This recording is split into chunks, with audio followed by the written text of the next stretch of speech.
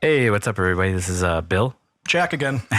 Sorry. And Artan. Yeah, Hey! returning guest Artan. Welcome back. Last time, you were with Jason, so now you get to be with Jack. Yeah. Yeah. Welcome to Our three. old friend. Welcome to three fat shit cunts talk with each other. Yeah. Hi, Joey. So I told Jack before we started this, Yeah. we have to talk about this I guy. figured we were going to. Fair enough, The elephant in the room. Yeah. Yes, the giant elephant. in the room. Has he I'll pull it up. wrote any more? I'll pull it up and read it. No, so I have it right here. You guys didn't address the last one, right? 'Cause it was after that. So the way the recording's been working.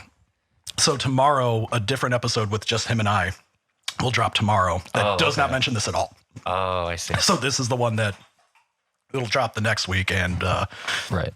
there'll be a little delay on it. But yeah, three fat shit cunts talk with each other. That's us. Yeah, it's rough stuff, man. Oh. You have a hater though. Congratulations. Yeah, You've made it, though. we're doing something right. If somebody we Yeah, don't know, it's not clearly not our friend, is talking mad shit. So this was all. It was the Unless it lavisher. is a jealous friend and we have to call it Right. a catfish or some shit. Yeah, who knows? So for those of you that don't follow us on YouTube, which I'm sure is a lot of people because we've only been doing the YouTube thing for the last 7 episodes now. So anything from 100 on, basically. And so episode 106, that was the previous one that dropped. So technically 2 episodes ago now. Yeah. Like, this is so confusing for me. I hate it, but The format will. it'll catch up I eventually. like doing it this way though because it's just easier for me on editing. So yeah, there was we don't get comments too often on the show, which I wish we did. It's nice to get a comment. It's mostly Tom chiming in, which I love. So thank you, Tom. I You're appreciate listening. it. Yeah. He still uses Soul Seek. That's good to know. Let us know that. So thank you. Verifying. You could just call in, Tom. Just a yeah, heads man. up. Let's get you. I tried to once, and he freaked out. I was like, I don't want to be on there. I was like, all right, Do it with me, Cool. bro. Come on. dick. Yeah. Anyway, go ahead. So then, we got a comment on the episode 106 with Lavisher with Gavin and Gabe. And when I first read it, I was like, oh, this has to be one of our friends. It's like a joke. And as I got towards the end, I was like, oh no, this guy fucking hates us. Yeah. Really genuinely hates us. That's what I thought at first, too. Did not. Yeah, I was that's like, oh, that's not just everybody was someone like, just being oh, a just dick, you know, somebody it's just fucking with the guys, you Yeah, know. But of then you course. get to the end, you're like, oh no, this guy's legit. I don't like your show. But yeah, so if you guys haven't seen it, this is what he said, which is, this is by far the worst podcast that I have come across. Nothing's for no one. More like 3 fat shit cunts talk with each other. This band is super fucking talented, Lavisher, and this should have been broken down to 30 minutes of Q&A. Focus on the band / guest, you fuckwicks. Great word. John Wicks. John Fuckwicks. ... Hey, Gavin. Hope you are well. Joe. He signs off on it, which I love. Name's in the comment at the top of the comment. Yeah, You know the guy. his name is Joey on YouTube. Classic. And yeah, it really threw me off for a second because I was like, wow, this guy is legitimately mad. But at the same time, that's cool that Lavisher has such a fan that he's willing to defend them, you know? Yeah, true. On my podcast. on a thing that has nothing. about nothing, you know? That also does not warrant defending. It's not like you held a gun to their head and was like, No. you have to be a guest. They on a didn't long have to form- do it. Yeah. Nobody has to do this, you know? No. But I was actually forced to come here. It's part of my immigration You plan. can't see it, but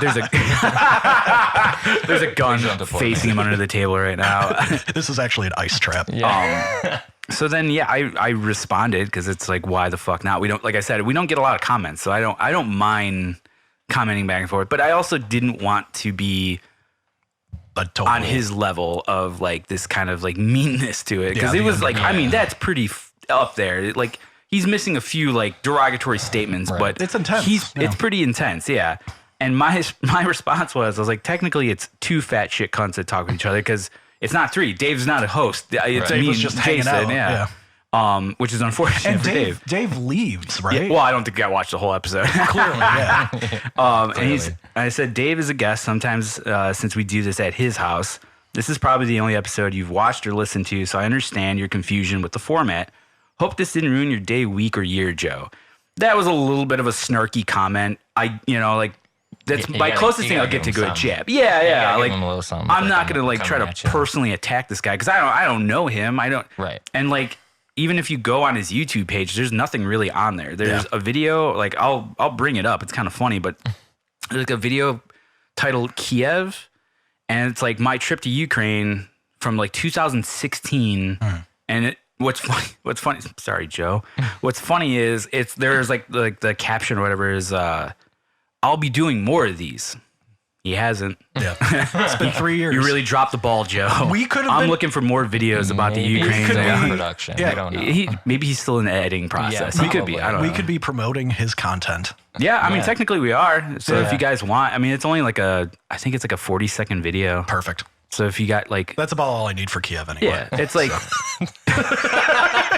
I feel like I got the idea. Yeah, I've had chicken Kiev and 40-second video on YouTube. I'm set. I'm good. I don't need to go to the Ukraine now. And then the other thing on his page, there were two things that he liked, which was woodworking, which is pretty ironic because my buddy brought it up and he was like, man, he's like, Bill does woodworking. Like in another world, you guys probably would have been friends. And it's like, probably if you're like, Joey, if you're listening, man, you want to talk woodworking, call in, dude. Wherever you are. I'll talk to you about it. I have no problem. Like I love talking about it. And it dawned on me that I don't really talk about my job. I don't think ever on this show. No, I think we touched about it a little bit. A little bit probably. Because we're kind of similar. Industry, so. And only when you really mention the table or something. Like it's not much of like. Yeah, right. Joey, I built this fucking table, which is pretty cool. If you go to our Instagram, you can see a better shot of it.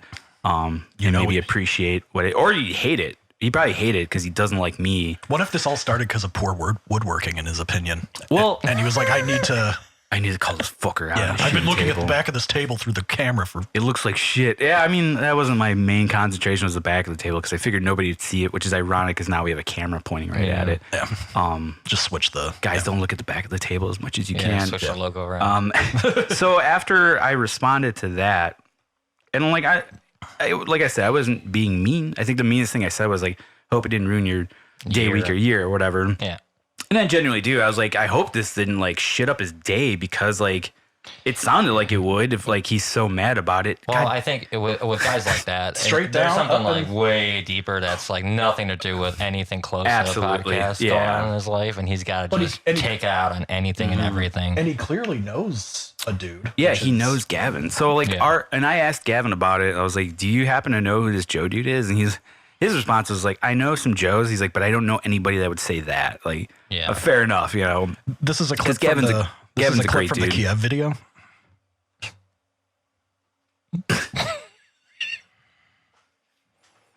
I'm bringing it back. Dude, Kiev is rowdy as shit. I know. It's beautiful this time of year. So Joey likes the Chicago sound. That's just street noise in Kiev. It's they get the Chicago sound in Kiev. God bless Kiev. No, it's funny. I was asking Gavin about it, and he's like, it might be somebody from Ohio because that's where Gavin originally is from, which is more than likely. Those Ohio Joes. But part of the reason why we had them on the show was to promote their show at Liars Club, which I went to last night.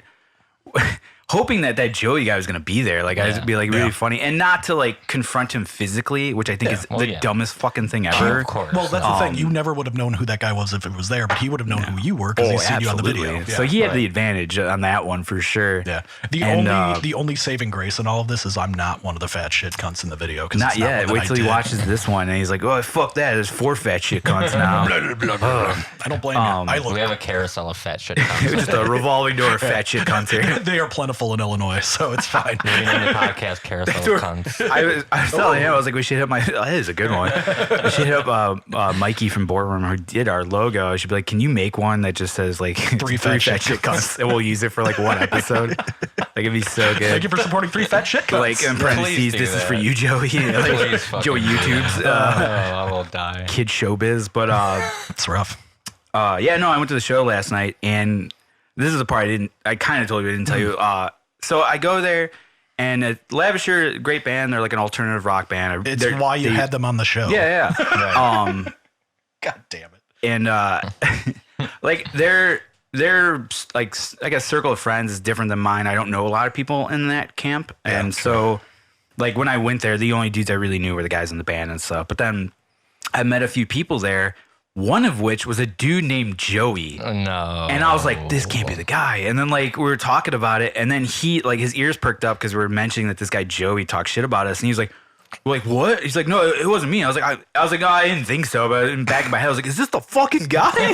You got some balls, bro. I was like, he actually listened and went to the show. That right. Was really funny. And like it was funny because like people, you know, a lot of I posted on Facebook and a lot of my like a ton of people chimed in and a lot of people were like, sorry that this dude like shit on you guys. Like I love the podcast. Like keep doing what you're doing.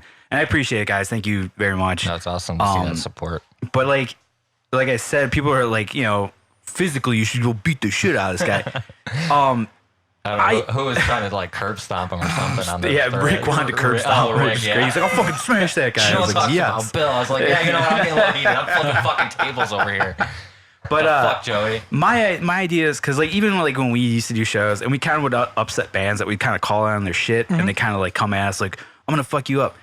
That makes no sense to me because let's say me and Joey meet, all right? We get in an altercation. Let's say I beat the shit out of him. He's not going to like my show, and he would probably like it less after that. Yeah. And I'm not going to feel good about it because then I just lost a potential person that could like the show. Right. And then vice versa. If he beats the ever living shit out of me, he's definitely not going to like the show more because he's like, this guy's a fucking pussy. No reason to fucking watch the show. And I'm just going to be like, fuck, I got my ass kicked for this. Whatever. I'm going to keep doing the show how I do it. It's not going to stop the show. Right. But yeah, I was hoping he would have been there, so I could just be like, yo, dude, like, I'm sorry. Like, are you cool? Like, because to me, even if you don't have everything you ever want in the world, there's some void there to get you to a point like that, to get so upset over something as small as this show. And you can't be that big a fan of that band where you're going to get offended. Yeah. That they go on, like, clearly, like, this was the part that kind of, they wouldn't be doing a 2.5 hour thing like that, just fucking around. Like they willingly fucked around in the video. Oh, also. yeah. It's not like they tried to get it back on track or some horseshit. Like they are fucking around and playing along with you. You were in a band with one of the two guys that was there. Oh yeah. The idea that like they didn't know what they were getting themselves into for a show called Nothing's for No One. One of which Gabe was on the show before. Yeah. You know. That also they sell the show, like the show is described as a show about nothing. Right, which is, I think, in the description of everything that we're on. It's like, in the fucking name. Right. Yeah, it's even in the name. The fucking name. You were expecting a concise Q&A talking to bands on a show called Nothing's for No One that is clearly like now recently all long form, like 3 hour just fireside chats. The bands that I love seeing those kind of moments though, like where they're like, hey, here's what's your favorite color, what's your favorite song on this. It's like, dude, you're seeing them in their element. Yeah, and there's a space, and there's a space. I think that's a cooler. Absolutely, there's a space for it. Look at Joe Rogan's podcast. Right, they're just chilling, fucking talking about shit for 2-3 hours. Yeah, because he's the most famous podcast in the country right now. But it's funny because like I mean, we're all musicians, and like how many times like with our favorite bands have you read or heard interviews where it's the same fucking question every time, and you're like, "Yep, I heard this answer last year." When's the tour? When's the album? What's the inspiration? What's and this like lyric that about? stuff, like that kind of like it's. I'm glad that's out there. It's great because it is like if you need that information, it's easy to find. Right. But as somebody that really doesn't like that much, I don't really want to do that. Right. It happens organically in these conversations where, like, I think it even happened in the Lavish Show, and I was like, well, what influences you? That's that fucking question you hear a million times in those. But like Gavin, like I think it was set up in a way where I was just like, oh, well, what are you into that does that, you know? And it just kind of happened, and we talked about it. And if you're a fan of these bands, you don't have a modicum of interest in seeing what they're like as people. Right. Like how they are. Isn't that more interesting? Yeah, like before we started recording, 100%. before you got here, Artan, we were talking about it, and I was like, all right, well, here's the thing about it. Like, I view, granted, you can call it Nothing's for No One. It's the thing about, like, there's no content, whatever, all that fun shit we can, but like, joking aside, like, yeah, there is a musical bend to it because of the worlds that you guys. Just natural. That you and Jason are particularly in, and that's how it started. I got to keep this up. I know. I'm not going to keep this locked. I feel like we need a soundtrack. I just need to, like, unlock it. I'll build a soundboard for you next time. Yeah, there we go. Party goons up in the bitch. But they, like, so I view it as, like, these are dudes that have either been in bands, are in bands, may inactively be in bands, or are currently incredibly active in bands. So, like, there's all that thing. And all of us have had conversations in the van or car, going to shows, going backstage, dicking around, doing any of that bullshit. And you could view this show sort of as like, these are the conversations that are happening that are not literally like the minor minutia shit of being in a band. This is all the actual conversations that guys in bands are actually having. It's just shooting the shit, dick jokes about guys that have been in bar fights, fucking horseshit. What have you been up to? All it's those all the conversations. Dumb jokes that you miss out on if you're not back there. So if you're a fan of band X, doesn't matter. Which clearly he is. Yeah, could be. He mentioned they're a very talented band, you know. Like, and none of what, and it's not like you put them on the show and you're like, you guys aren't talented, but let's talk about it. No, it's not like that. You're like shitting on them for like here's a shitty band right here. Let's talk about cocksucking shitty band over here. Like they're like you don't even you're not even in that realm of thinking. Like that's the part. Like it's not like you shit on them. Like these are the real conversations that these guys would be having if the mics weren't on, if this wasn't on, if this wasn't going out to the internet. That's really cool. That's why I love this podcast and why I listen to it so much is because there's most of these bands I've never even heard of or anything like that. But you get a glimpse of how these people are, and you just want. I'm like, I'm gonna check this out. Like I would have never checked out Jason's band if I wasn't. See, there you go. And I love them. That's awesome. And that opened me up to a genre of music I was never really into. You know what I mean? See, so that's awesome. That's like that's because of this podcast. That's great, and that's like kind of one of the many reasons why I do it is just to kind of get stuff out there that people normally wouldn't get to hear about. Right. And I think like it's one thing to like somebody be like, check out this band. They sound like this. Okay, maybe I'll check it. Maybe I won't. But on here, you get to, like you say, you get a glimpse into the life of these people.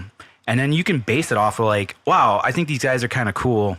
Right. I'm going to check out the band. Yeah. Or it works against them. Or like, these guys sound like fucking idiots. I'm not going to check them out. And that's fine. You can do that. You don't have to check out every these band. These guys sound like fucking idiots. Right. I got to check them out. That's the other side of it. Like if these idiots has to be and terrible. You never know what happens. And then next thing you know, you like it. You're like, oh, fuck. Yeah. And that was the one thing I kind of laughed about the joke. I was like, well, he still viewed, like I got one view from him, maybe two. I don't know how many times he went through it, but I got the view. That's fine, you know. You are now, and I made this point too before we started recording, but the funny part about it now is you getting that type of shit on the internet now means that you are reaching an audience outside of guys that you know that are going to be nice about it, you know, and the internet is inherently just trolling and shit. It's nothing but shit talk. Like I've been in that muck for years, way early in the 2000s with Lamb Goat's message board. Like that's a fucking like that's where it all started. That's a disaster. It was that type of shit, and it's morphed into like just these anonymous comments online that are just on these websites.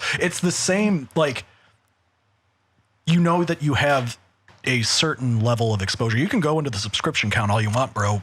There's more views than subscriptions. And that is you're funny. One of them now. Yeah. So it's like you're a statistic for the show and the positive side. Yeah. So it's interesting to know that people are listening and they're actually developing. I like hate, love, don't give a fuck. Like you listen. Give us a reaction. Yeah. You know? And you're probably going to follow up and listen again just to see if it's talked about. Congratulations, you won. We just found it interesting. Yeah. It won't be the episode that drops right after Lavisher. That's the part where there's a gap. But like, it's just, I don't know. To me, he went into it clearly not knowing what he was in for. Well, like that's why his like second response was interesting to me because I didn't know you responded. Yeah, he did after the I'm sorry about ruin your day or week or year. His response was for nothing's for no. He's like, no worries, my day, week, or year isn't ruined. I'm not impacted by a podcast that has 16 people subscribed to it or hundreds of thousands of people listening to the daily shits they take. I don't quite. That's got to be like a syntax error. Yeah, he's mad. He's so mad. He's like, motherfuckers. Yeah. And this is some rage typing too. Yeah. So that's me on the hundreds of thousands of people listening to the daily shits they take, rather than listening to this. Which means that if I record myself, he would rather listen to people take shits than. That's cool. You're in the scat. We can talk about that if you want, Joey. I can take a shit right in the back. The camera reaches that far. Drinking coffee right now. I can probably shit right now if you want, That's Joey. What you're into, bro. We can make this happen. If that's what you want from this show. We will work to your needs. So then he writes, good luck with... This is the part that like I was like, what? He said, good luck with collecting your unemployment and living in your mom. Why is that always a thing? I don't know. Do you see that? Like, that's always like some kind of insult. That's an insult. Yeah, they assume that nobody works. The only way, well, no, because the only way you could have free time to do something like this, you would have to be unemployed. Well, hold on, let me finish it off because I have more to say about. No, it's all right. It's like this. That's what I like about this. Like, even though it's negative, it's giving us something to talk about. That's kind of fun, and I'm sure people are liking this. It's like everybody always loves drama. Too, so for sure. So this is like perfect for it. But he's after the unemployment thing, he was like, and living in your mom/non-gender identifying father's basement. Okay, so this guy's clearly a right-wing nut. Yeah, that's the kind of vibe I was getting. Stuff always when they see it. I know what that shit. Post. Yeah, it's somebody saying that like I try to, and I get pulled in sometimes. Like there was one time, like right after the dude got elected, I was just like. Right in there, just like fuck everyone. Fuck do you? I understand that. Yeah. Okay, I understand that anger. Do you? Shit like that. I don't blame it. Yeah. Do you remember before he got elected when we made the joke when we all went to Milwaukee for that Glassjaw show? AMF joke. So we all went to. It was a big group that went to Milwaukee. Went to the rave. Milwaukee for a Glassjaw show, and so it was my wife, me, Artan. Cato, Justin, Andrew. Yeah, you can bleep the whole brigade. Yeah, you can bleep full names, but just tag. I can keep the full names. Keep that we're not doing anything in this story. It's just these are guys. Yeah, but it was like the fun of this show. Yeah, the crew was like rampant amount of coke and heroin. So the crew was like 10 people deep or something, and we went to Lakefront Brewery right out of the downtown. Yeah, and we're all just eating edibles and drinking and waiting for the show. We're getting fucked up. It was a cool trip. We haven't taken a trip like that, all of us, in a long time. Yeah, and since then gotta cut loose. Jess and I stayed up there a couple days. We had a hotel room and everything. Nice. We were just up there. Yeah, and you guys did it smart. Yeah, because we were getting silly. Yeah. We go to this thing. So we're talking. This is 2015-ish then. Yeah. Because the presidential race at the time was like heating up. Yeah, it was a joke at the time. The idea that I know. Like the idea that he's even the idea that he was thought even about it. Yeah. Yeah. The idea that he was like even a 5% or 10% approval like rating. Right. This is where everyone. So just to preface it there, it wasn't like this was an imminent thing, whatever. It was still a moment where you were like, it's not gonna happen. Yeah, no, there's no fucking way. No. Yeah. And so we're by the river, or the lake, excuse me, because it's Lakefront Brewery. So we're outside of the brewery, and there's the lake. The water, dude. And we're just looking and observing, and there's like a construction fence in the general area. But you could like walk around it and do all this other crap. Honestly, kind of a pointless fence. Yeah, like it was. It wasn't like holding anything. It's like when somebody has like a gate to the front yard, but there's no fence around it. It was like, what is this stopping? It was exact opposite of that. There's like 2 doors, but there was like nothing closed. It kept nothing out at all. And so I don't remember the context of it, but we made some crack. It was an immigration joke.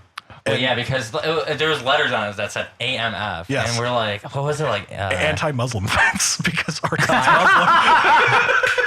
Before we get hammered in the comments, I'm Muslim, so it's fine. Yeah, that was the joke. We were, and he was That'd okay be with so it. oddly specific if that was on like a construction site. Yeah. So we made that. I was sitting there like, Whoa, what the fuck? I think I'm in a bad spot, guys. We gotta go. I should get the fuck out of here. Holy shit, they know I'm here. They know. So yeah, so you were cool with making the jokes about it. Oh yeah, I was. Fair enough. And we were like, well, if I think I'm the one who started it. Yeah, you're willing to self-deprecate in that way. Of course, so it's like whatever. So it was a safe space, guys.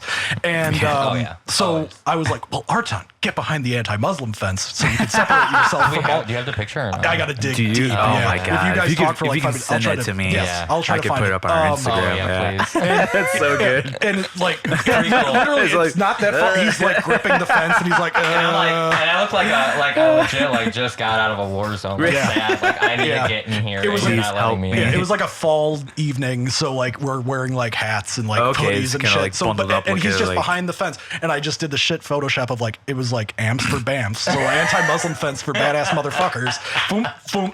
Artan's right in the middle, and then I think we did another one that said like Trump 16. Because it's just like we can't let that. Yeah, because because we kept making these jokes. Like the second he's elected, like not thinking he actually would, all you guys are fucking gone. Yeah. And then it actually happened. It's really showing your right hand. around that, I think is the time when they start talking about Muslims wearing certain IDs. Yeah. Oh, and I'm yes, just yes. like, Yeah, like so it got a little. come on. Insanity. Yeah, So so we were- I'm just like, okay, let's make fun of it before like I really get scared. Right, yeah. Let's do this now before somebody uses this as a way to like go man. after you. Yeah. So in like, context now, it's not the best. Yeah. But it's still a funny photo nonetheless. That's if I can awesome. find it, I'll dig around as I'm digging around. This is for the show. But yeah, it was. I mean, it was really fucking funny at the time, and then we went and enjoyed ourselves. But yeah, Amps for Bamps was the big. I like that. Yeah. Which was a fantastic show too. We had a good time. Yeah, that was That's the awesome. one we were right up front because nobody was there. Nobody It was showed the up. basement of the rave. Bill's never been, so he doesn't know anything about the venue. Oh yeah. If you listen to the right episodes, you'll hear me bitch about Eagles Club proper because that place is just a fucking sweatbox for Yeah, something it was that like can literally hold the that. basement, and there's maybe 40 people total. What the fuck? Yeah, it was really? crazy. We, Oh, dude, we had a- walked it was a in time. and like we wouldn't have even known. We walked up to the building and some shady looking dude on the side of the building by like these what looked like it load-in doors. Oh yeah. Okay. Like he's Yeah. on the side of the building or whatever. The I thought main he parking just lot's in the front. start selling us blow or Yeah, something. like There's honestly, no chance it he You looked guys need like crack? that. You guys And then, need he, crack? and then he just like, Exactly. and he just quietly was like, No. "You guys going to the show?" And we were like, Are you gonna murder us? "Yeah." I was like, "Yeah, kinda. Yeah, we were in Glassjaw, Is that a right? problem? Or is there another show Sure. that we're not aware of? Like, Yeah. what's?" going on here? And then he was like, "Yeah, right here." And he just opens the door, and then we just went inside and Like a field And of there's dreams. like two other people there at the time, so we're just like, Where what is the fuck is everybody? going on? Did Yeah. we like fuck up and like go to the wrong Yes, spot? the or wrong did they move the night, show yeah. and like we don't know about it? yeah, it was. No. I mean, by the time Glass What Rock the time, maybe fuck? there was 40 people. And That's I'm thinking crazy. maximum. Yeah, so we just walked right up to the Dude, we were right up on the stage. because like, Jess is insane, so she's got a. Right. Oh. and Daryl always points her out, and it's like it's a I've got must. the crop photo of you from Croc's wedding. Please tag that. When we were trying to open the beer because you couldn't. Oh my God. I I've remember never that. seen That's a this great picture. picture. So here's the one in context when it's happening. The full. Is that the like shit has hit the fan? Yeah. That's, So that's I love that. That's Artan and Justin realizing they can't open it, but then I cropped you specifically. That is the look of like we're fucked. Like, Oh yeah, because okay. Yeah. I love, that's a great photo. Like, I'm not gonna get into it. I'm sending it to both of you. Well, we just didn't know that it was like a cork top. Because Okay. like they were doing like this thing where they're the like the mixing taking of two the beers. Yeah. So they had first of all it had wax on it. So we're like, fuck. Yeah, we we're gotta gonna get this rip- wax on. So like someone had like a pocket knife to give to me. So I'm like Oh my shimmying God, it on let's there. shave off all the. Then we're getting off. It's like, oh, it's fucking corked. Like, what do we do now? Like, how do you guys not know this beforehand? Like, Right, it's gonna be like- corked. And it was just like, it was more like a funny moment. It's something that That's a people good remind me. moment. But at the time, I was like, oh fuck. How am I Why are you making a butthole? Her job is a beer buyer for Binnies. Oh wow! So she should definitely know. Yeah. But I get it, you know, like You That's gotta probably like protect the it last of the thing on their wedding. mind Oh, on a okay. wedding. She got other Yeah. shit to, like, I'll give her benefit of the doubt, Yeah. but like that is also your funny. job. But now I'm gonna like hold a multi-tool with me at all times. Right, So on you my never wedding, know. Just in Just case, give a like, little I'm cork the guy for on this there, and fucking like I shit. got this. Yeah. It's not my first rodeo. Yeah. exactly. that was a pretty interesting, and for me to, and that was like the actual wedding photo Because that I Justin's found. wedding is in a year, so I'm a best man for that. There you Oh, go. nice. I'm gonna That's have awesome. like a fucking multi-tool for that shit. I need to get him on Found the him. show. He messaged me on Facebook. To Especially comment. if you He's want like, to I want to talk be on about it. like movies, This like was- he's the guy for that. Oh, is he? Yeah. Oh, that's This perfect. I should have my guy Brennan come on too, Yeah. because he would be awesome. Oh, Brennan. I love Oh, do talking you know to Brennan? him. Brennan. Oh, yeah. I know. yeah. Oh man, if you get them both on for like movie talk, Oh, that'd be great. Yeah, boy. that I would be a do- 6-hour I do one. like my movies. That would be like This is he is he's like one of the funniest. the date of motherfuckers this alive. was also- the date of this was February 28th, 2016. I found him. Oh, All damn. three. This is the Milwaukee. Yeah, Yeah. So this is the original. Like there's a condo building in the back. It Yeah. looks like it's It, bombed out. it does Yeah. look That bombed looks out. like yeah. that legit. If I sent that like picture on Facebook right now, they would think I'm back in the old country. Yeah. Like sort of God. Yeah. Ice would Artan, tag you it. need Yeah. help. So then, Yes, send So, money. you Set please, up a GoFundMe. yeah, So somebody. then get me back. I'm in America. I'm in Milwaukee. I'm in the Yeah. Midwest. This is a metropolitan area. So then you crop it, and Artan looks sadder. You can't tell from the farther one, but I cropped him. My bum ass Oh. beard too. Like, Yeah, like it's, it was full effect. Yeah, and then finally Guys, with they the, got- That's so good. I'll send them to you. Yes. Yeah, so these are. I mean, that was a classic time for all. Is the point? It was just some playful racism, Yeah. and yeah. So it ended up being true. That's fucked. Like, That's that's the- crazy like, we that were- it happened. Yeah, we were actually Like kind there's of. actual people in cages now, and it just like Yeah. So Yeah. here we are. Not to get. I mean, This isn't a political show. The one thing this place isn't is people have asked me that before where they're like, oh, do you guys ever talk politics? And I was like, it comes up, but there's way smarter people out there doing podcasts about politics that you should probably check out. And I will absolutely admit I'm an idiot about it. So I've got to I was talking about it recently. Like there was a period of time where I was kind of following it.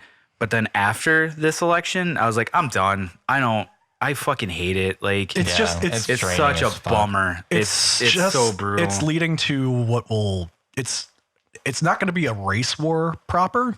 Right. It's just going to be the two sides of the team's war. Exactly. Yeah. Like that's what this is trending towards. Like whatever side you're on, it's going to get gross.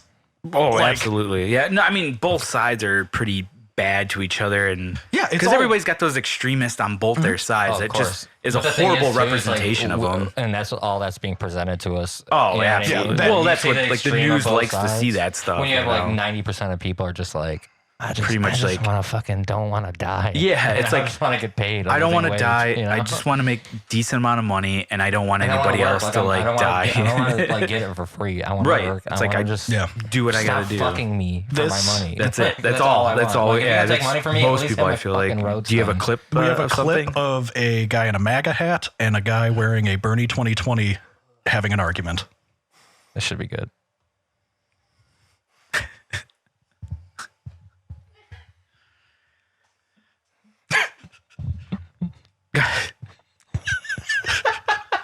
It's fucking twins, man. Deport Mexican. That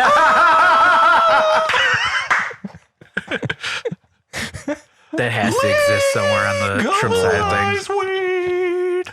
Who let them post this shit? Like, dude, they did. Oh man. I've never gotten that far in it. Really? Yeah. It's amazing. Oh my god. It's so that's sultry as fuck. For context, those are two. I'm assuming they're twins, and they're singing a chorus to a Cradle of Filth song. Yeah, and they switch off. For real? Yeah, that's what that is. That's what that was. The song's called "Amphetamine" by Cradle of Filth. Amphetamine, medical health care for all. I need to. I know. I still need to check out that song, but it's just as bad as. I mean, it doesn't sound that much different from them, dude. I'm not surprised. Like it's just wailing. I've never really been a huge fan of that band. Dude. Oh, Jesus is a cunt. But going back, and there was another point I wanted to bring up when that dude mentioned the unemployment thing. Yeah, sorry about that. Yeah. No, it's all right. I'm pretty sure, like, depending on how old this guy is, I've probably been employed longer than this guy might be alive. Oh, yeah. Because you've been working with your dad. Exactly. I have a family business. I was like 4 years old when I first picked up a piece of sandpaper. I was writing contracts at 10. Yeah, because my dad didn't have the grasp of English at the time. He's like, you got to do this, kid. This now. Oh God. I'm 10. I am 10. Go take a law degree and write this contract. What are laws? What's a law, Dad? What are you talking about? Why are you so foreign right now? Why are you so foreign? Fucking Terminator ass. Can you bleep him out of this too? Yeah, I'm sure he's listening right now. Just like running towards you. He's going to fucking kill this kid. T1000. Actually, I went out to a little brunch with my wife and my mother and my stepdad. Sounds lovely. And it was cute. And she is now a subscriber and downloaded any episode I was on specifically. Who? Nice. My mother. So we're going to be in for some shit going forward, probably. No, I don't really get into anything with my family specifically, but it's just, She said she was listening to, she got about 10 minutes into the one with Nick and I. 101. Yeah. And she was like, and I heard your voice, and then I turned it off real quick so I could listen. I was like, you're adorable. That's so sweet. But then I told her to listen to 102 specifically because I think is that Chicago Sound. Yeah, Chicago Sound to me is that's a good one. That's my episode of all the episodes. Yeah. So if anyone gets pissed, this was it was on me. Thank you. So in fact, I think we have a clip from.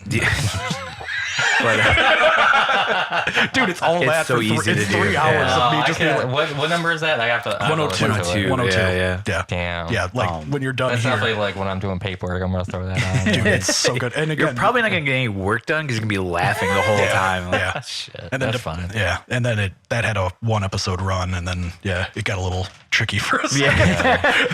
We had to pull it for a minute, and then now we're bringing it back. Yeah, I'm bringing it back in a big way. I got to know I need to know my safe spaces. Right. So, but yeah, and Jason's very much employed. He always kind of has been. And Dave is employed the third fat cunt. Yeah, technically. I mean, Dave's just a fucking guest. Fuck that guy. I'm not defending him. He can defend himself on his own podcast. If you want to check it out, Joey, it's called Podcast That. They're not on YouTube. They're on everything else. And if you hate this, you will. Boy, you're going to hate that. Oh, God. He will probably. If you hate funny, you're going to hate that show, buddy. Oh, man. It's brutal. It's so funny, though. Like, to really. It's sort of a badge of pride. At first I got really mad because I'm like, everybody did. Dude. And I'm like, anyone that goes after you, you're just like fuck off, dude. No one's fucking with Bill, dude. Not around these parts. You're in the wrong motherfucking part of the internet.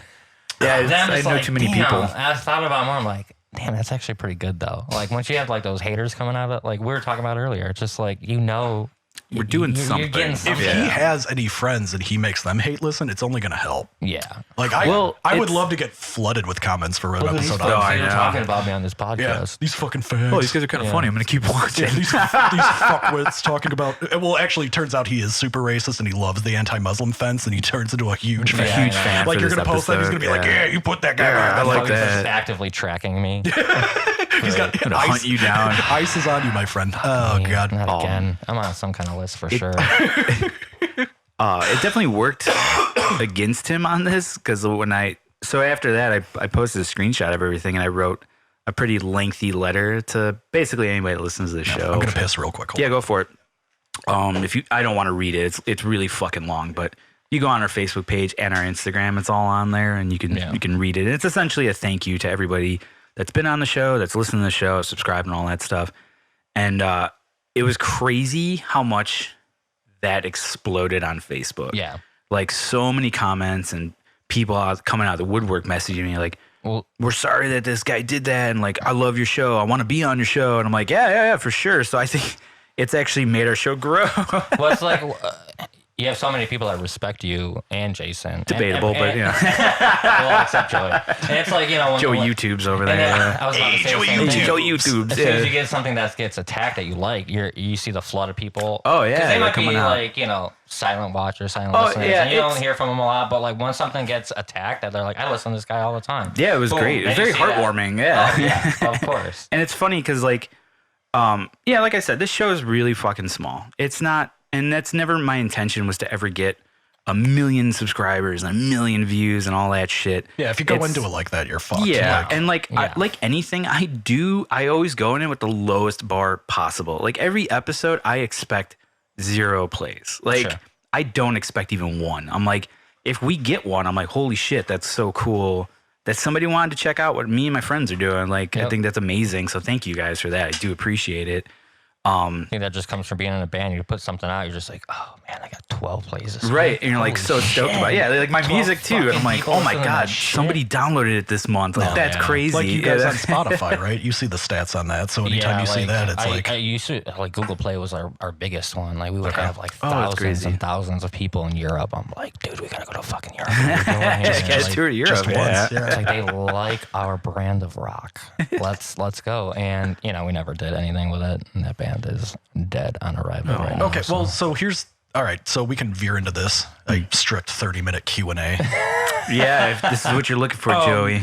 You posted that what looked like Justin recording. Yeah, well, I've been, I started doing this little home recording studio thing in my place because I'm just like, I just love writing, and I'm trying to learn the recording process enough to at least demo my own stuff because, I'm a novice at all of it. So I'm just like... You picked a good time to do it. There's a lot of great stuff out there. Yeah, it's just like pretty much anywhere you can go to, you have some kind of powerful thing that you can get some music on because, we played, as far as When Wealthy Fell, which was the last band I was in, we're no longer active anymore, and we haven't made really like an official thing about it yet. I guess this is it right now. But, you heard it here first, guys. Breaking news. Yeah, breaking news. One Wealthy Fell is corrupted. Yeah, no, it's we kind of all made this decision one way or another that it was just getting too much, and we just call it quits. But since then, it was like our last show was with that band Punch Cabby. Oh, cool. Who is also calling it quits? Which is crazy. What the fuck is going on? Because that their bill for the last show at Bottom Lounge is the exact same bill we played on, except not having us on it. Yeah. So that was our last show.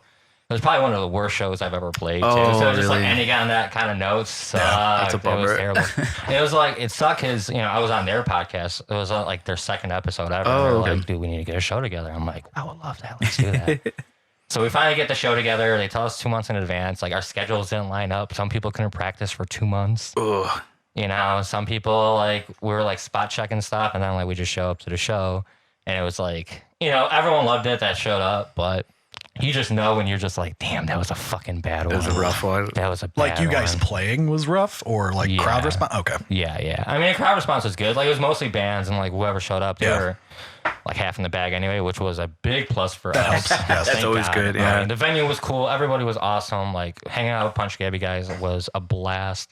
Like, everything of the night besides us playing It was like was great. fantastic. Like, the other bands that A Silent Truth was playing that night, Okay. those guys were awesome. Like, all the bands were great. Everybody there, the staff, everything, awesome. That was at Bottom Lounge? No, that one was at Livewire Lounge. Oh, okay. Livewire. Hell yeah. Yeah, I love that And it was place. the first time I ever played there. So I'm Oh, like, really? Oh, yeah. So It's I'm a just great little dive. Like, I love it, man. I loved it. Yeah. I love the vibe in there. The guy It's who just runs like it is the this- shit, man. Dave.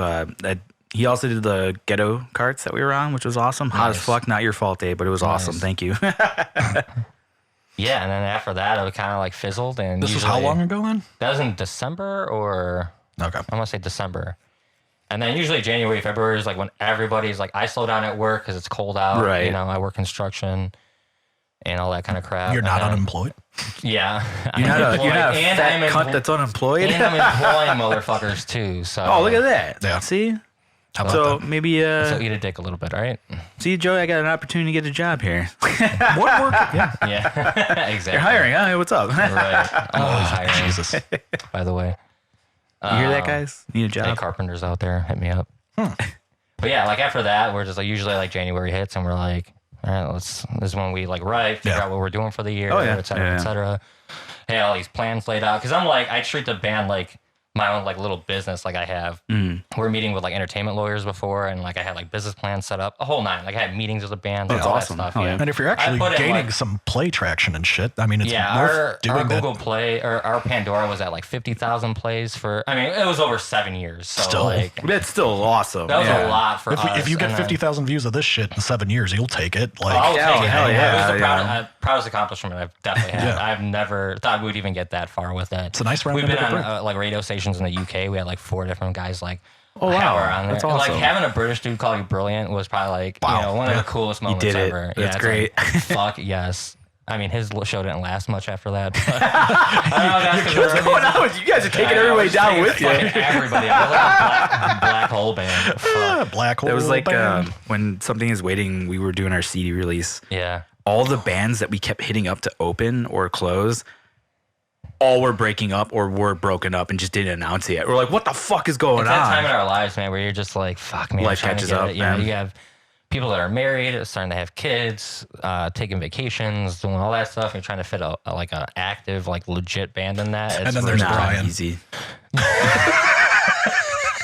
SPB. SPB, Sweet Precious Brian. Oh man, Son Yeah, of a bitch. it- He's just stoned. Like, that's all. perpetually. He's not going to listen He either. literally is the nicest Fair man enough. you'll ever meet. He's- One of the he's- kindest dudes. Like, I dubbed him Sweet Precious Brian in a group text like, I don't know, a amazing. decade ago at this Yeah. point. I was just like, oh, SPB. And it really took off. took And it's off. kind of like, stuck. if anyone even raises their voice to him, I'll stab him in the fucking throat. Like, that's how much of a nice guy. Yeah, he protect is. this man Like, at all awesome. costs. Yeah, so- I think I have a clip of when Wealthy fell. Hang tight. Keep talking if you want, Artan. Sure. I'll let you know. You So can confirm usually or J- deny this. This might be our unreleased track. I was going to say, just have a sense of These humor are, it's about like a it. That's demo all. that you brought in, right? Yeah. So in the meantime, I'm working on a whole album. Oh, I've cool. been writing Hell this yeah. whole thing because we have never released an album. It's always been EP. So I'm Right. like, Yeah, let's yeah. do it legit because we were starting to write an album 2 or 3 years ago. Then Justin left to Arizona. Oh, right. We just ended Yeah. up cutting in half. We just had these 5 songs released as a quick EP, and then we never thought we would come back. And So, here we go. Oh, you got it. unreleased track from When Wealthy Fell.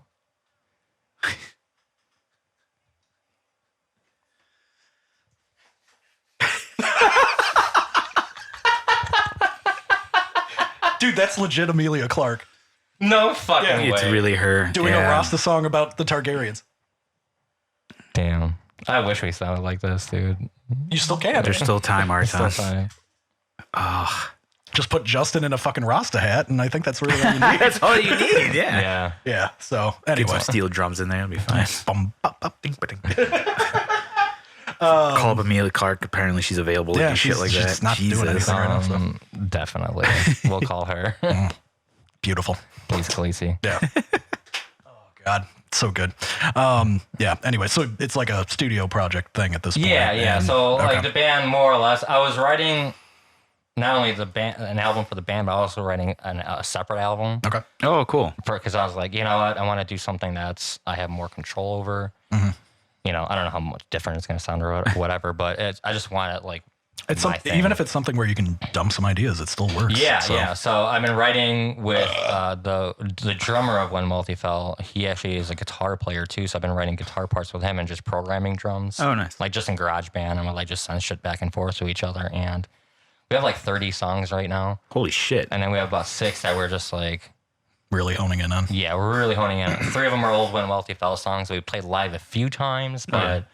They're like my songs. I'm like, I'm not going to let them go. We never recorded them. I'm like, I'll do whatever the fuck I want with them. So I'm going to take them. There you go. And so I redid those. And then, but like, you know, we removed anything that Croc did on it and just, you know, we rewrote everything that needed to be on it. But, then just going from there. So you're not having the drummer, you're programming drums when you have a guy that can conceivably record them? Yeah, he'll be able to. Yeah, but I don't have a full like drum mic setup, dude. Just set it up here. Just come on by. That's what this is for. So. Plus, his like knees are bad, so that's why he doesn't want to be a drummer anymore. So, regardless of what happened with the band, like falling apart, eventually he was going to leave anyway because just of his health. Physically, that blows. Not that happens or anything like that. No. Frankly, it's literally part of life at this point. Like had to have like 2 days of recovery just because my back is fucked. Right. After a show, So either one way or another, the band was going to end.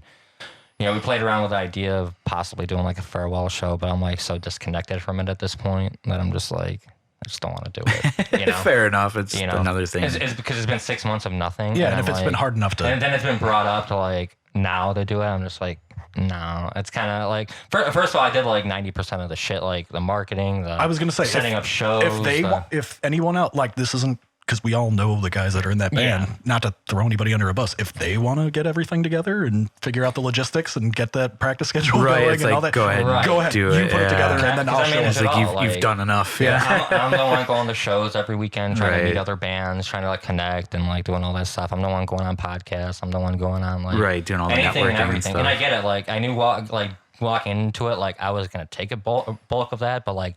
After 7 years, it gets like tough. It definitely like runs you down. Because I'm running a business, like a real business, that's like 6 days, 7 days a week on me alone, and then I have this on top of it. I'm doing like 30 or 40 hours a weekend. Like I'm not sleeping at night. I'm fucking emailing indie blogs. So listen to my fucking EP, bro. So but like, so When Wealthy Fell was like the 8th band that you and Croc and Justin were in, right? Like you guys have been doing it since Sketch and probably before that. It's funny, Panico hit me up on there. He was like, and he was like, let's do a sketch show. And I was like, fuck yeah. That would be crazy. It'd be pretty fun to get all you guys together. Like every time I post like I'll find some crazy like nostalgia. Like I found like our old music video that Nick did of a song we did called Trademarks. So it was just in this girl Jen's basement, and it was just us all in the same corner, like taking. I think I remember that. Actually, it was so terrible. But like going back and seeing that, I was we're gonna post it at the end of this episode. Oh, that'd be great.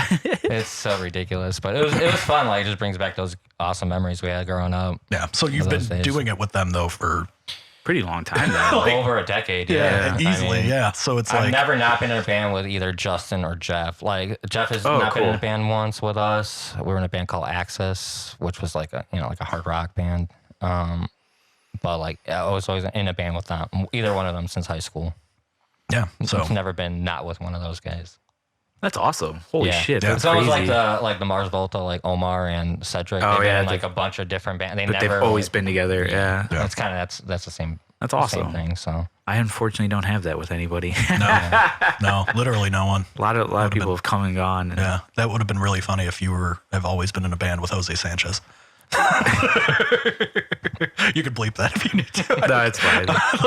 But he dropped off of music in general. That's right. Though. So it's everybody from the OG is not actively participating if you think about it. Rosie. Well, I'm talking like OG. Oh, I'm talking. Jeez. Yeah. I guess Rick hasn't really done it at all. And the shitty. I'm talking like shitty Steger first show that we made fun of in previous episodes. Oh yeah, which I think I linked. Maybe I did or didn't. I don't think you did. I'll do it. Not that I'm aware of, at least. I don't know. I can't remember. I thought I did link it. If there's somewhere. a video that needs more exposure, it's that one. If there's anything that people need to see, it's that. Actually, Joey, check that one out. That'll give you some fuel to make fun of us about.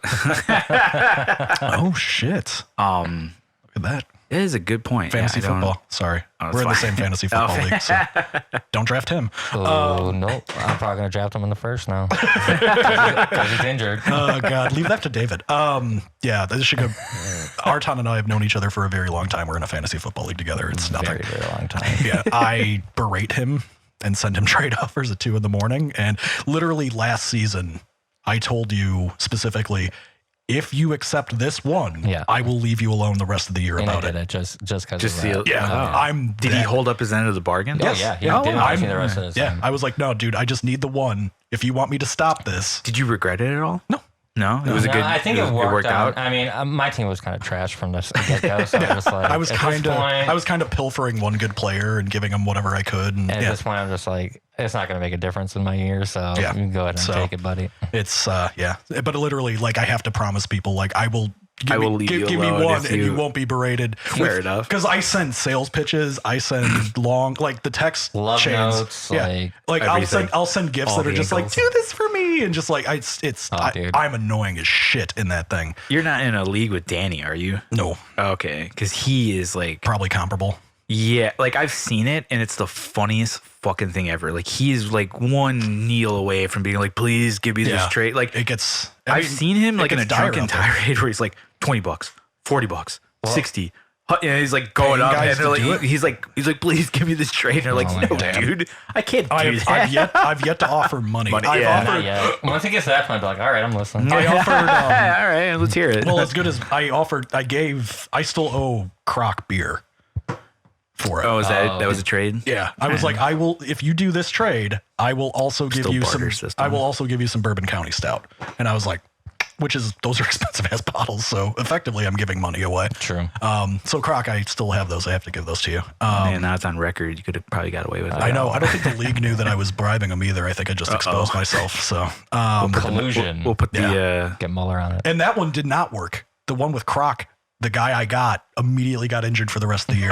So like that one did not pay off at all. And then I have to give him booze on top of it. I think draft day is like funny because it's like it's a roller coaster of emotion for Jack. Oh, I'm sure it is. It's just like he gets like it's the highest of highs and the lowest of lows, and then like every 15 minutes he flips at the end of it. Like I either love this team or I hate it. Yeah, he's already setting up trades before. Right. Yeah, I'm immediately standing at the board like, all right, I can do this one. This guy's weak here. And I just have to tell him like, I'm not doing any trades today, Jack. Don't fuck off with this. Let this settle. No, it's a real problem for football specifically. I'm a bit of a intense about it. Fucking binders and shit. Like, do you do other fantasy sports like basketball? Fantasy basketball with Ed that I've talked about with the shaming punishment stuff. Those are like almost like daily, and I just daily. It's brutal. I have a few friends that do it too. But I don't know how. Yeah, so that's the one with the open mic stand up punishment. Oh yeah. That's Eddie's basketball league. Who did James lose it again this last time? I need to confirm with him who was the ultimate loser. I think it was either him. It was either him or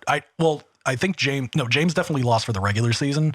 I think somebody else lost in the playoffs because that weird technicality. I've explained it on here before. It's not anything. It's stupid minutia that no one cares about. For sure. But it's rough. Like that's Thank God. It's not me, and I didn't have to pay for food like I did the previous draft because I was bad the year prior. My second year in that league, I had to pay for food for the draft because I was that bad. Oh, that's like one of the regular season punishment is you basically pay for pizza for the draft. Oh, and then, that's a good one. Yeah, I went to there was where we drafted this kid's house in the Loop. There was like a Geno's East right next door or some shit. I just walked over, grabbed a couple pies, walked it back. I don't even eat pizza. I can't eat cheese. So none of it even mattered. I just went to draft. Like it was one of those deals. You didn't get your gravy bread? No, I don't. I got to I got to do some research now. See if they have for the next time because it's been the same spot for that every time. You need like a research guy that just sits on a computer, but look this up. That technically, I mean, with the tablet, that could be me. Yeah. But either way, it's you're doing enough work. You're good. Oh God, I'm just showing up. It's a lot of work just showing up. But yeah, so I'm particularly bad with it. And the commissioner announced the draft day, and that day is fun. No, this is so fun. The draft day. Yeah, because it's one of the few times a year where that whole group gets together now. Oh, for sure. Because everybody's doing their own shit and like. Was this the one where you did the wrestling, the video game wrestling? So last year was when I did. What did you guys do this year? We haven't done anything yet. Oh, okay. I don't know if we will. I don't know if there's time. I could try to put shit together, but like I go on vacation next week and things are gonna get a little I don't murky. have time to do anything. Yeah, so it might just be. It seems like so much fun. It was for the one-time gag. It was funny. Aside from the fact It that was like funny, I so. created. Did you get like fucked horribly by that? No, the opposite. That's I right. created And everybody, and then I Jess ended up, turned on you. I created everybody, made it all equal, and then I got the first overall pick, which is like gold. Fixed. And that's what my going on that's here? what my bride said. Nobody else in the room. It was man, that's so my good. character won that match, and I had the first pick, and I was like, I sat there quietly. Everyone. Jess is just passing out torches and knives. Yeah, Like, it was- let's get them, guys. Dude, Like, the room was like pin drop silent. Yo, I'm sure. Because of any guy that would have won that, nobody wanted it to be me. right. Like, nope. It's just very coincidental. Yeah, of course. And like again, Rematch. I must verify. I changed nothing. All I did was their faces and outfits and entrances. All attributes were exactly the same.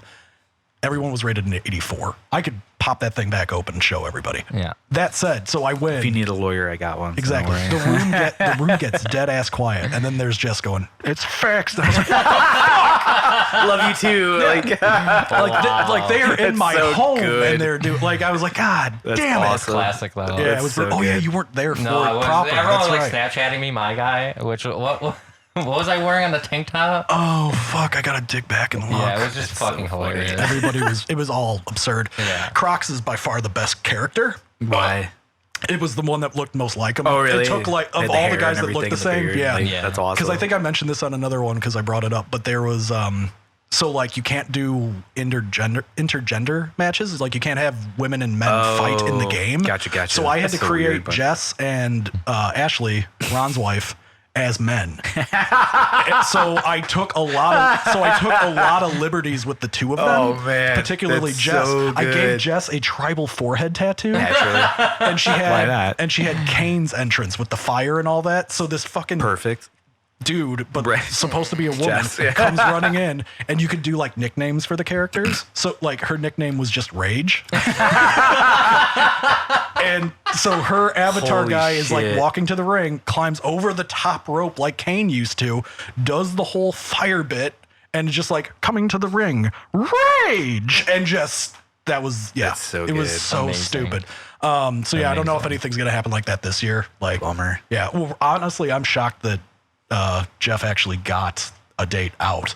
Yeah, I was like, it's usually like 2 weeks beforehand, and we're just like, wait. Is this happening? Is this- the are league we doing dead? this year? Yeah, Like- like it gets a little clunky, but And it always works out by the end of it. yeah, but like they just had a kid, so like Yeah. we thought it was really like okay. I thought he might actually have somebody else like run the shit just Right. because, That's- and like I didn't even think about that actually. Yeah. Probably should have someone else running it. we're gonna piss off the baby and stuff, but Right. either way, Why are we doing it there? I think so. Oh. I think. So yeah, Pass the child around. exactly. Whoever holds the baby is the one that's Play picking. hot potato with the Yeah. kid. Odell Beckham, throw. The baby is a new trophy. Oh yeah, you get to take home the baby get for to a take year. home the You get to raise it in Baby your, boy. yeah, you get to raise it in your image. That'd be so great. 1 year with the baby. Just see his wife like, what the fuck are you doing? It's like, it's the rules. Like, Look, we said, we had they to get give the up- kid for a year. Well, I don't yeah, know. Like, I tried to win. You're the Yeah, I tried. commissioner. Change the rules. I just can't. I was you gonna know? say, yeah, he's set in gonna- stone. Set in stone. It's canon. It's in the list of rules that doesn't Right. exist. Oh god, In yeah. the bylaws, man. Right. I'm gonna take that baby. That is my baby. It's in like Article 3, Section 126 of the bylaws. Says first person that has the baby has to give up the baby to the winner. And yeah, because he's the first one in the group I think that's had. I mean, you don't unless you count John and Holly, but they're not even in the. I'm talking the league specifically. Yeah, the league. They're the only ones that have had a kid. So Kid. yeah, firstborn has to become the new trophy. So. Yeah. You've heard it here first. Fair enough. It's in the bylaws. Okay, so you're doing that one to enjoy. To go back then, you're doing like a weird little studio project thing. Are you having like rotating we dudes? on a tangent there. Flying, yeah. AJ Green broke his ankle. We had to. I mean, So I've been just writing for a long time, really, with my old drummer, and which I found out he's a fantastic guitarist. I was just nice. What the fuck? Where's this been the whole time, right? Well, no, that's what I'm saying. Just like, and he knows like how to do the recording stuff a lot better than I do. Just, nice. What the fuck, dude? Holding out on you. Struggling to do all this shit, and you're just like, hey, I have all this knowledge. That you've been withholding apparently. And he's just like, oh man, writing with him is really nice. That's the first time I've written with like a guitarist that's not Croc in a long time, since like Charles and. Oh wow. Yeah, Charles in charge. Yeah. Should get him on a podcast, dude. That would be a. Dude, I haven't seen that guy in forever. If we do like the whole sketch, dude, he is a fucking hysterical. And he doesn't try to be, but like he's just like. It won't be with me. He'll have flashbacks to me screaming that from that Singing party. that over and over again. Charles in charge. I love that just because you were initially at that party, right? the infamous like house party. It was Definitely. It was Bonner's going away party when he went to Iraq. No, I wasn't there. Dude, you're like the one that didn't go then. God damn. Okay. There's a story offline for that one. Fine. But yeah, that was. I have to go to the bathroom. Yeah, so continue. that was pure bacchanalia though. That was absurd shit. Okay. What I liked about the Charles in Charge thing was like as it started, he loved it, and as it progressed, you could see he was like, "Fuck you guys!" First but couple the group, times, more people kept joining in. Yeah, it was funny because it was like this thing of like, the more he disliked it because I kept repeating it, the more people liked it outside of him. I don't know if you ever even heard that, but like I barely knew any of you guys. I had an in through their friend Rory did like plays with Kato.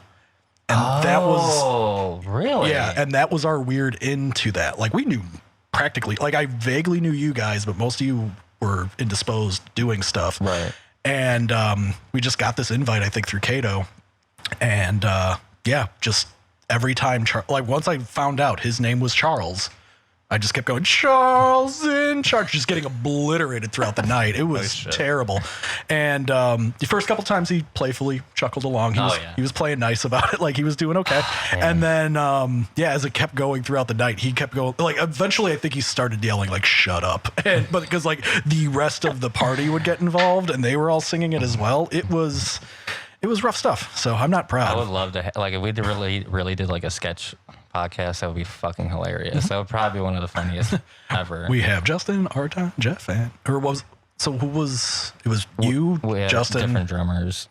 Okay. So we had the core sketch group was me, Charles on guitar, Nick on bass. We had Justin singing. We had Rob Ross was our first drummer. Rob Ross. Yeah, and then we had Raul Parra was a drummer for a short Raul, time. Yeah, he's a great drummer. He's just a great musician, but and then we had this guy Joe Getchell for a little bit, and he brought us like a little more elevated. He made us a website. He was like super connected at the time. He was in this like pop punk band, and he was like friends with like the Fall Out Boy guys at the time, before they like really got big. So this was which? So it went from sketch It was still sketch at the time. Oh, still sketch at the time. Yeah, so he came on. He's like, oh, I love you guys' music. It's like way different than the shit I'm playing. And it's like he became and he was a nasty drummer. He was like a Travis Barker type. Okay. But he just like a chameleon, could play all styles. And he had like 3 drums and like 2-3 cymbals, but it sounded like he had a full fucking kit. Okay. Like he was one of those guys. So it was. I'm trying to And then Hector was a long time, and then he was our last drummer because I quit after that. Okay. As sketch. Sketch. Okay. Yeah. Because you've been, like we were just saying, you had like 8 different iterations with a couple of those guys at least. So it went from sketch to what Wealthy Fell. Sketch, and then like we had a small stint as a band called The Creep Show. Okay. We only did one show. It was a Weststock. We threw it together at like the last minute because we didn't want to miss a Weststock. Yeah, and I've known you guys. I've known you guys from the sketch days. I didn't even know that band existed under that name. Yeah, it was a one-time Weststock thing. Yeah. We're just like, we want to play. We'll just play the shit we played as sketch. Okay. And like covers. Quick rebranding. Yeah. It was mostly covers. Oh, okay. That's cool. Yeah. We just went out there and played because we didn't want to miss one. And there was one show there. I'm trying to think what we did after that. Because then Jeff joined the band. Jeff joined Sketch as a percussionist. He had a djembe, and that's all he would play. He had the moto grater. Yeah. But then, like, did I tell you I saw that band live? Oh, really? I was on tour with Soil, and we did a show, and they're like Motograders like right before us. And I was like, holy shit, I've never seen that band, but I've heard of their legend. Crazy. And I saw the Motograder. Wow. Not that impressive.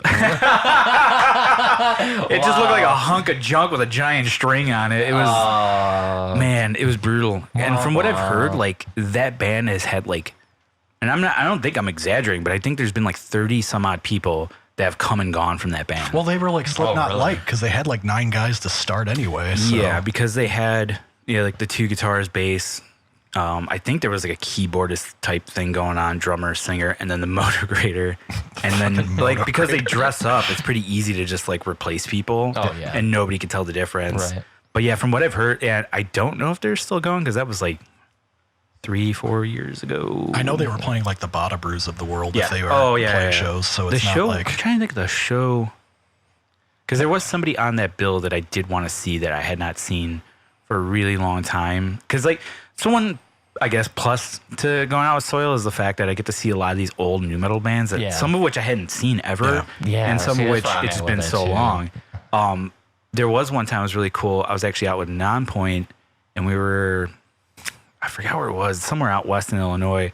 There's a venue, very like Clearwater-esque kind of like venue, a little bit smaller. Hometown for them at that point. Yeah, kind of for them. From Florida, right? They're originally from Florida, now they're all from Illinois. And, they all moved. Yeah, they all moved. Well, Elias is in Michigan now. Because of the labels here, right, for them, or no? No, it was really just a logistical thing. Okay. Being here is really easy for them to be like, let's go East Coast, let's go West Coast, let's go you're South. right in the middle. You're right in the middle of everything. Totally and then, makes sense. Midwest, which is like, I think the Midwest is really like their music scene. Yeah, you know what I mean, and they do very well in this area as well. Yeah. So it's easy for them to just travel around. That's one of those bands that I loved in high school. I've never seen still. Really? Yeah.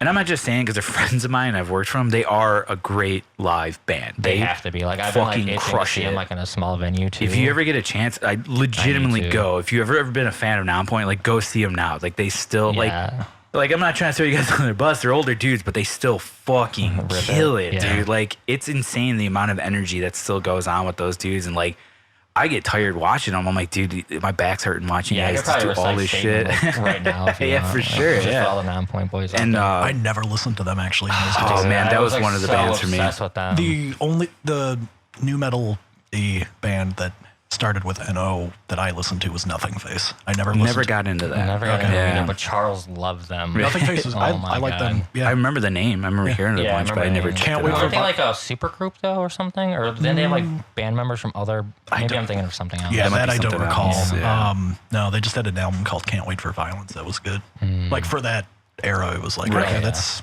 Oh, that's what I was going to say. That Nonpoint show, 40 Below Summer played it. Oh, yeah. Which was, I loved that 40 band. Below and Nonpoint? Yeah. I fucked up. We it the was people sick. must Dude. I loved it, man. Like, I love that band too when I was in high school. I love that album Yeah. a lot. Dude, that album was on constant rotation. Whenever it was that they were like on their way out, because they broke up for a while. It was a long time ago. I remember they were announcing it, and they were an East Coast band, I believe from Jersey, I think is where they are supposed to be based out of. Motherfucker. And they announced that they're like, yo, our last show is going to be in Jersey, and like it's going to be this day. And me and the old drummer from Breaking Through, Tony, were like, yo, dude, let's get tickets. Yeah. I was like, let's get tickets. Let's get a flight out there and go. Because we both like loved that band. Oh, yeah. Dude. And I regret every day not like buying those tickets and going. Okay. I'm sure it would have been so cool. But then I had the opportunity because they came back, released an album. You would have been so pissed if you had done that, dropped all that money, and saw what you thought was the last show, only for them to get back together. Really. It's still a cool moment though. It's just like when I saw it's just like when I saw Dillinger. If they were like, "We're coming back," I'd be like, "That's sick. I'm gonna go." One of the last Dillinger shows. Yeah, I went to the one in New Year's. They went to. Oh, that's right. Yeah, they all went to New York. I hate you motherfuckers so much. I went to. That's awesome. Well, yeah, because my last one was I got to go to the one at the Cobra Lounge. That was so fucking good. I heard that place got torn the fuck up. It was great. It did and it didn't. Respectfully, Nothing got like destroyed, but like the crowd threw it down. Yeah. Oh, what I loved about it was the fact that like, so I frequent Cobra a lot, and so I know a lot of the people that work there and stuff. And I just remember Capsize played there like very early on in their opening too. Like that's how long they've been not really in around their opening, but like I felt like they were only just had been around a little bit. We were able to play there once. it's been around for like a good while. Okay. But we were definitely there in like the earlier days because it was like that That's like long one of my ago. dream spots to play. It's a fun little venue. I do love that the area, venue. yeah. It's a great vibe. I love the people that work there, and I just feel like anyone who's there for a show is like They know what- like they know what they're intrigued getting with into. music. For a show. They're Yeah, in for a show. yeah. Exactly. Oh, absolutely. It's There's like, like a built-in crowd. It's like the musicians people. Like when you're walking Absolutely. in there, like It's a all the lot time. of Doesn't like matter and what show it's a I'm lot of like into. industry people too that Totally. always go there. Yeah, makes sense. But it was funny at the Dillinger show. I just remember one of the managers, Dave, was like on stage. I'm like, he's not gonna crowd surf, is he? And then he just boom, and I was like, all right, I guess all gloves are off. Like here we go. Right. And next thing you know, like I see Philly up there. I see like all these John and everybody just getting up there, jumping off the stage. It's like it's all the crew here. I was like, oh boy, like we're in for it. And then people, it was just nonstop. Danny just did it Finian. like I was like, yeah, Danny did it like definitely. 20 times. Oh, I did yeah. it once. Like everybody, like once they played was- 43% burned when they it was closed. so it was good. on. Yeah, not to throw it in your face as you well. Sorry, know, yeah. sure. But like, because that was the God damn band it. that I willingly, because I've seen some bands a ton because of my wife. Like I'm not. Unlike you guys, I'm not like the craziest Glassjaw fan in the world. Right. I like them. They are a perfectly acceptable Well, I also band. you got can to see see them like 3 times a year and you're fine, right? Like I really like that band. And like, so we got to see them in their hometown when we went to New York. yeah, to they go see played that Dillinger. weekend also. So And that was like, crazy because, Yeah. like, when you were saying, like, in Milwaukee, there was like nobody there. I was like, man, it was fucking sold out. I don't But doubt that's it. even their when they played hometown. Chicago, it sold out. And we saw Glassjaw in Minneapolis with Deftones, and Oh, that's awesome. it was right when they released one of their EPs. And I'm just like, man, it's gonna be packed in there for Glassjaw. It was like maybe 10 people there for That's so Glassjaw. weird. So the It's thing so is, weird to me because you think like you're in Chicago and they sell out shows like easily here, and you go to like another major city like that, you'd think the crowd, like people not online their were just like, is network. Glassjaw some emo band? Like I don't Oh, even know who that's they are. so I was like, weird. what? Like, how did you miss out on They're this? like higher than fucking Deftones in some Right. respects, Oh, you know what yeah, I mean? for Like, sure. there are shit. so the thing with them too is there's 2 songs in particular that I really want to hear them play live. And they never do it. One of them they do. Oh, what song? Pink Roses. Oh, I fucking Yeah, love the that worship song. and tribute. Yeah. So I think it's both. I think you'll be able to tell me. I think from the both album. songs are from Worship and Tribute because I like Pink Roses. I love. They take some liberties with it. They slow it down live, which is weird. Like it's a little more like the new drummer Well, they they've get got is. they get a little bit more jammy, a little bit more rhythmic now. Yeah. So that one I've heard plenty of times. They pretty course. much throw it in every set. I want to hear the fucking song Radio Cambodia. Oh, fuck yeah. Yeah, that's you'll the hear one- it if you go to Ride Fest. 'cause Yes, they're they're playing the whole album, yeah. We are going because Oh, nice. yeah, we got tickets for the first. Me and it's- Even though we just talked about how much you hate festivals, you know? I'm going to day one Have of fun, Riot man. Fest. and it's funny that you mentioned that because like I'm in that dilemma right now. It's like I never want to go to another Ride Fest It's again. the Right. Friday, so but then it's it's the first like day. it's my favorite band playing one of my favorite albums. Yeah, of all front to time, back. That's one of the back. Time it right and just go right for that and then get And the literally, fuck because out. there's nothing else I really want to see that day either. Oh, Like, really? There's bands It seems like a pretty good it's- lineup. It's like mostly like punk stuff, and like I'll see it to see it. Like I love live music, no matter what it is. I'm gonna go and whatever check some stuff out, but yeah, nothing's really driving me to go besides I Glassjaw. have- So it's like, do I want to pay $50 just to see Glassjaw? yeah. I think the other one that's out in the sun and just Yeah. melting your and dick it's off. brutal, Yeah. you know? I forgot what the other. There's one other band that's like headlining the night that is Friday. I just saw the lineup and now I can't. Yeah. Was Yeah, we're Blink doing just- the headliner for that night? Blink's doing one of them. I don't think No, it's it the is first that one. night. It is Friday Yeah, night? it is It Friday, is, it is okay. Friday night. And are they It's like doing not- a it's- full it's- album or no? I don't know. I want to say they they're- are, right? no, Are they're they doing not. Enema of the State? I don't think. God, I gotta look again. really don't know. Shit, I that's can't recent. remember. No, it's fuck. They're like a weird, goofy psychedelic band. Flaming Lips. Oh, Flaming Oh, Lips. yeah. doing- Fuck yeah. They're doing Okay. I've Yoshimi. seen them so They're many doing times. Yoshimi Battles the Robots. or Oh, whatever the that's fuck. what it They're is, doing yeah. that album front to back. That Oh, show. cool. Or at that fest. But Is yeah, Slayer doing Friday night or is that another night? Slayer is Saturday. Oh, okay. Is that their last show? Last Yeah. Milwaukee, Chicago show. What? Why the fuck does it say Milwaukee? Because they're not Like, is playing it Milwaukee. that on the- close enough that they're like, Yes. fuck you, come on down? Yeah, if you're like, coming from Milwaukee, like we're not playing in 'cause Milwaukee proper. You got that makes sense because like I don't know what they would be I playing mean, people in Milwaukee. from all over do come to Riot Fest, so I yeah, I mean, kind of we, get it's that. like but we always travel up to Milwaukee Right, for shows. yeah, People yeah, are coming I'm out to sure. Chicago more often when Yeah. people go to Milwaukee. Yeah, that's I'm for on. damn I'm on sure. record here saying that I prefer going to Milwaukee for some of these than. well, we have a Yeah, buddy. because it's just not as crazy. Right, you know? it's not as you're not- jam packed and Yeah. we have a buddy from trying to think what part of Wisconsin he's from, because he's good friends with the dudes in the band Macabre that we play with a lot from Wisconsin. Okay.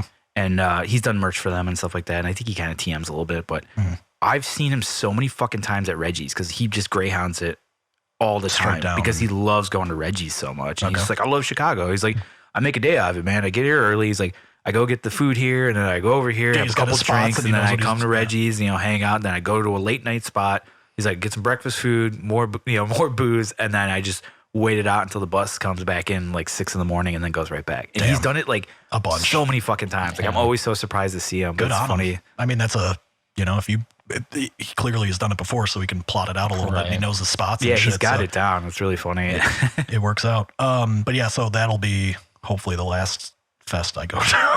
Yeah, never say never. I was gonna say I'm doing it for. It's like every year I'm like, I'm not going. Then like something drops. I'm like, fuck. No, the guy got me back in. Well, a couple of years, our wedding.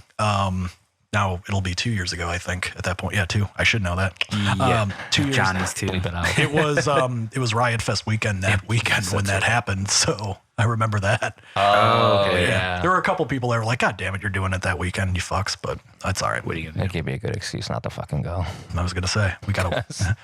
Good looking out. We're renewing our vows 2 years in, guys. If you want to just party and not have to go to not go to Riot. No, like because it's a partial. Like Cato's doing. Her bachelor thing is all 3 days. Just come out and really? If I don't come, like I'll just show up.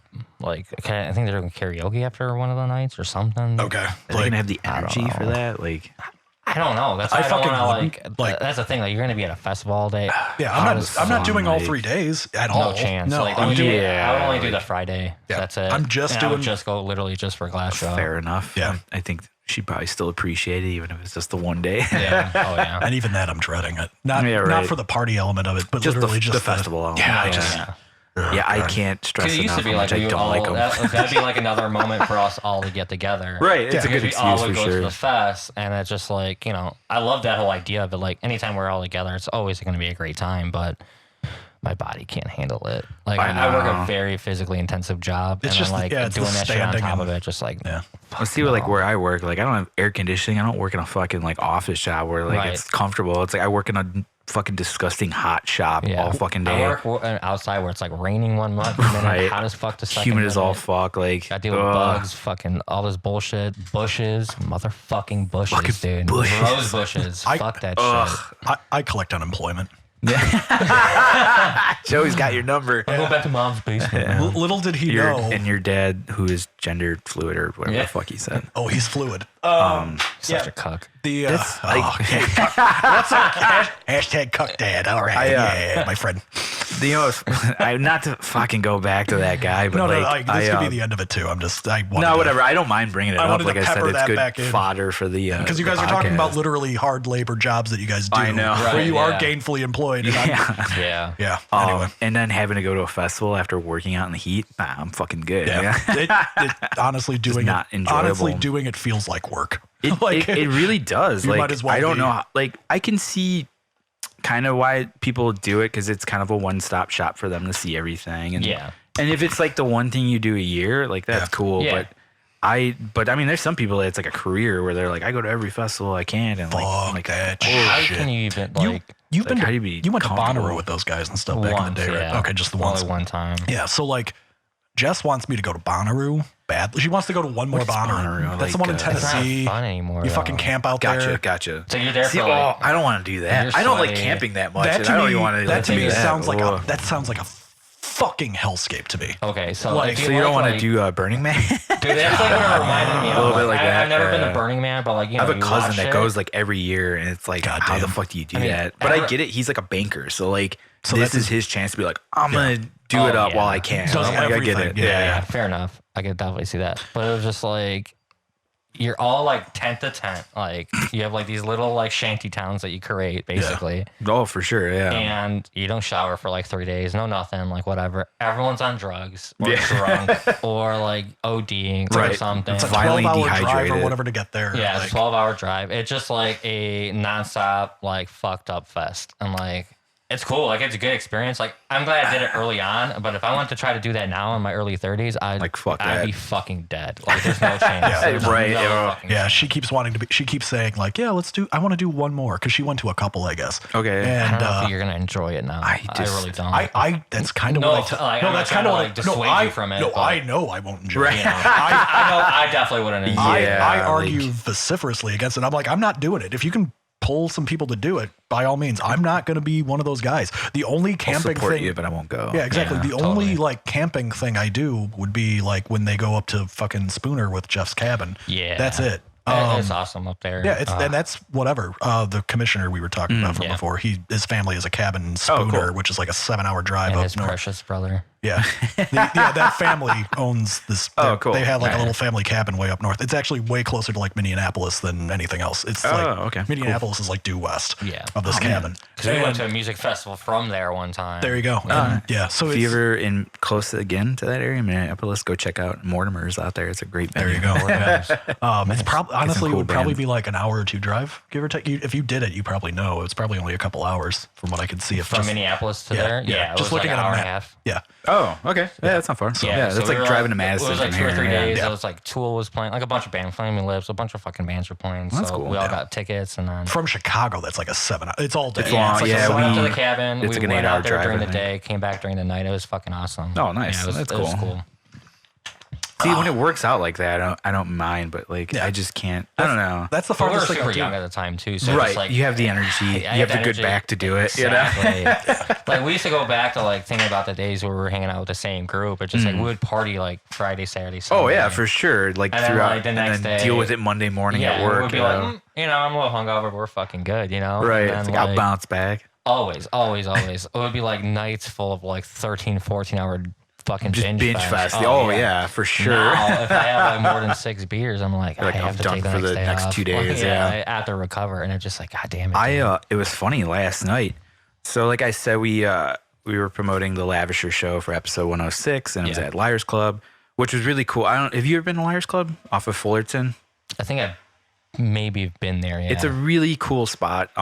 It's been there for fucking forever. Yeah. And I've done like one show there once with Roman Ring, probably I want to say like 6 years ago, because we had our old drummer at the time. Sure. And it's a closet of a fucking stage, and it's very claustrophobic. But that's kind of that was like kind of the charm of it. It was like, oh cool, we're like, and it's weird because it's in this like little cove, and like it's just a bizarre setup, but it's an enjoyable one. Sure. But everybody who's been telling me, they're like, yo, dude, they totally fixed it up. They knocked down some walls and they like opened up the stage area. And I was like, oh, really? Cool. So I was anxious to see it on top of seeing Lavisher. Sure. And yeah, dude, it's fucking sick. I want to play Liars Club more than ever now after seeing the stage. Where is it at? Was it like a Fullerton, drastic change? It's huge change. Like there is a stage, like plenty of fucking room. Like they had a backline and like gear, and it was still like roomy to like hang out. They knocked down like this little booth that was in back that was essentially for like a DJ, and then brought back like the front of house setup, and it's great. It's a gorgeous little setup that they have there. And it's nice. It's probably like a 60 cap. Like it's not a big place. So it's cool. So if you can get like 10 of your friends to come out, it looks packed, you know? Yeah. That's what I like though. Yeah, it looks great for photos. Right. And the sound was like phenomenal. Like really? Yeah, I was like blown away. Like, I mean, on top of it, Lavisher is a great sounding band. Sure. But whoever was running sound, I didn't know who it was. Like, I thought he did a phenomenal job of just everything was punchy and clear and balanced. Like, it was so good. I was like, this is awesome. Like, I enjoyed it. But going back to what we were saying about like being tired, I had one beer. And after I finished it, I was like, what happened? Like, I just was drained. Like, I was like, oh my God. It just like, takes everything out of you. I want to go to bed. Like, I was so fucking tired all of a sudden. Because I haven't really slept well in the last like 3 weeks just because I've been so busy with so much shit. Like, I had friends in town. Same here. And I was on tour and I was doing this, and that. And I felt bad because I wanted to stick around. I wanted to check out the other bands that were playing. Unfortunately, I was like, I have to go. Like, I'm done. Like, I'm sorry. I'm like drained. Like, I'm not going to be able to stand. And like, got home, which sucked because 290 was backed up at fucking 12 o'clock at night. I'm like, what the fuck is going on here? Fucking always. So like, usually my thing is to wind down is like, I'll put on some like comedy special and I'll get like 20 minutes into it and pass out. This time, I don't even think I made it past where like the Netflix thing is loading. And you were like, it was yeah, like 79%. I was done and just Yeah. woke up this morning. I was like, all right, let's do the podcast. Like, Damn, dude. God. yeah, I was like, That's how it holy is. shit, I It haven't used to felt be like like that in giving long. me energy. Like every time I had a beer, like it would Right. somehow just like empower me, Perk you more. up, give you that It was second like win. some Popeye action, like with spinach, but like now it just like kicks my It just ass. bogs you down. And I'm Beer, like, ugh. no. That's why I can't drink. I rarely drink beer anymore. It's like all hard liquor for me now. Okay. And it's Yeah, just yeah. like Yep, like a fucking gentleman. Like a man. yeah. So if I have something mixed, it's like an old fashioned, and like that's Ooh, about it. good. That's my Okay. go-to drink. If you can make an old fashioned good, then You're there. you're there. You're my place. I'm even more basic, gin and tonic. Just I like a good fucking gin and tonic, pouring man. down my never had fucking gin in gullet. my life. Really? Oh, okay. I mean, Gin and tonic is surprisingly good. It's kind of refreshing too. Like it's good in a Interesting. time like yeah, when it's hot a out. Like, lovely summer drink. it So really is. I'll have Yeah. to try it sometime. It's good. I can make you one. I'm good at that. You make a good gin and tonic. I'll make it at Date for the good draft. old yeah, G&T. I'll make it at the draft. Nice. Little G&T action. Yeah, got to get all the proper things. As long as you do it with a good gin, because if you do like some well gin, it's gross shit. I'm sure. But I'm a Hendrix girl. I'm very bougie, so that'll be. I had when I used to work at Best Buy, I had a product process manager. Was this old ass Irish dude. Did I know him? No, this is in Crestwood. Okay, yeah, no. His name Did was you guys Gallagher. work at the same? We did. Well, that's how we met. We started in. Oh, We really? met as cashiers at Best Buy. Okay, Countryside Best Buy. Yeah. Okay, I thought you guys Real knew each other food? before that, and then just No. kind of worked together. I met him there. And there was then an he overlap, left, 'cause we were- and then like I met back up with him. We somehow connected through the group of friends. Yeah. Somehow. Yeah, it was all. That's so weird. Yeah. What a small Yeah. world. Then. But So I you guys used met to- first through Best Best Buy. Buy, Yeah. No shit. I don't know if you were. I was in high school still. I was like 16, 17. I think I was either in high school or right out of high school. Yeah. Okay. Because you're a couple years older than I, or maybe one. But yeah, like just that was just my high school job. No, I It's like- remember. Yeah, I it was remember the you first. working It was there. literally the first day of my job there, and it was him and, And my I was buddy al- Ken. yeah, and I was already there, and like So was Kent, and they were fucking miserable. Like the first thing I'm like, I finally got a job at Best Buy, guys, and like I'm ready to go, and they're just like, you're gonna fucking hate this. You shit. don't want to get out of And I'm here, just kid. like, You don't want any part of this. and What like the fuck? And I went into it with the same thing though. I was like, Oh, I dude. got a job at Best Sweet, Buy. yeah. I'm in high school. I walked to the fucking one in North Riverside Dude, anyway. all the time. I remember the particular Best Buy you worked at. I liked going that because they always seemed to have a lot of cute girls working there. Oh yes. I was like, what the fuck is going on? there was at some this? talent. Yeah. Plus, it was vastly better than the North Riverside one. Just Oh in general. yeah, before like, they remodeled it for yeah, sure. because that place, the Riverside one was a fucking shit heap of It a Best was, Buy. yeah. But that was the one Shit because But I remember lived so you told close. me like it was the #1 Best Buy like in America with like in-store theft from like employees. Like For North Yeah. Riverside. Yeah, and I was like, Up that until makes they opened sense. 87th and Dan Ryan, and Yeah, that was one the got worst. really bad, yeah, really. yeah. I can imagine that Because too. I had Bro, I went to go train them one time, and they had like barbed wire around the like parking lot. I was just like, shit. I'm like, This is Billy. like, you I are was in with my it. manager Billy. I was like, fuck, dude, what are we doing? He's like, just shut the fuck up and get inside. do the job. Let's go. Yeah, no, it was super sketchy. Like, I have so many stories about that shit. I could be on a podcast and just talk about retail stories. Oh my we god, should do dude. it. I episode of specifically, that. I like I don't that. talk about my job. I'm still. How long did you guys work at Best Buy? I was there for 7 years. He was there Oh, for wow. a long time, How long were you there? maybe a year or two. No Yeah. way. I thought it was longer than Nah, that. because I transferred out of Countryside because I was closer to North Riverside. Okay. And another guy, I didn't even know. I think he left Countryside, like straight the company at that point. Yeah, I didn't thought know- you didn't know always he worked at transferred. I went. Countryside. No, I had a cup of coffee in North Riverside. There was a dude that was at the Countryside store that actually transferred over there too. That I kind of knew. I think. Oh, really? But regardless, like that was the end of high school for me. Okay. So I knew like by the end of the summer going into college, I was pretty much done. Right. So I was like showing up high and shit. Like I didn't give Like, a fuck by fuck the it, end of that. I was like, yeah. I'm not coming back to this, whatever. Yeah. And so yeah, it wasn't that much longer after that. Once I transferred out, I Oh was no like, shit! yeah. I felt like you worked there longer. no, not Huh. in comparison. It feels What did like you do after that? just was at school, did band shit. Oh, okay. Just I was primarily just a student. I was just Okay. poor, so that's why I had the free time to do capsize shit. Yeah. And then like in college, I worked at like a grocery store for a little bit, whatever. Okay. And then that was like maybe a year or whatever. That was just a little pocket money. And then once I got out of bands was when I finally got out of school and then got the job I have now. Oh. And Yeah, you've been at that for a while now. yeah, that was November of 11 I started. So it's going on. Oh, I didn't know you were there for that long. Yeah. Nice. And now I run one. So, That's awesome. Yeah. Without saying what it is. Fair enough. Yeah, that was my last position at Best Buy. I was running one, and I'm just like, It's, yeah. Fuck that. And then when there's no, like, for me, it's like, what do I do now? Like, do I go try to get corporately into it or what? What I'm trying to parlay so it you need to into. get into the field or corporate, like fuck being in a location. Yeah. Well, what I'm trying to parlay this into now that weed's going to be legal is like a weed wing and start that up. That's awesome. It'll outsell anything else. So. If anyone's smart, like they will jump on it and then be some sort of a distributor, retailer, anything for it. I believe my company already has like permits ready to go. Oh, it's just a matter of like lock it up, JB. Right. Yeah, it's just a matter of like actually pinning down the plan. Yeah. So I've been kind of working on all that. The details in the law. Yeah, I mean, because that's the other thing too. Like, what do we do? Because you can't federally deposit weed money.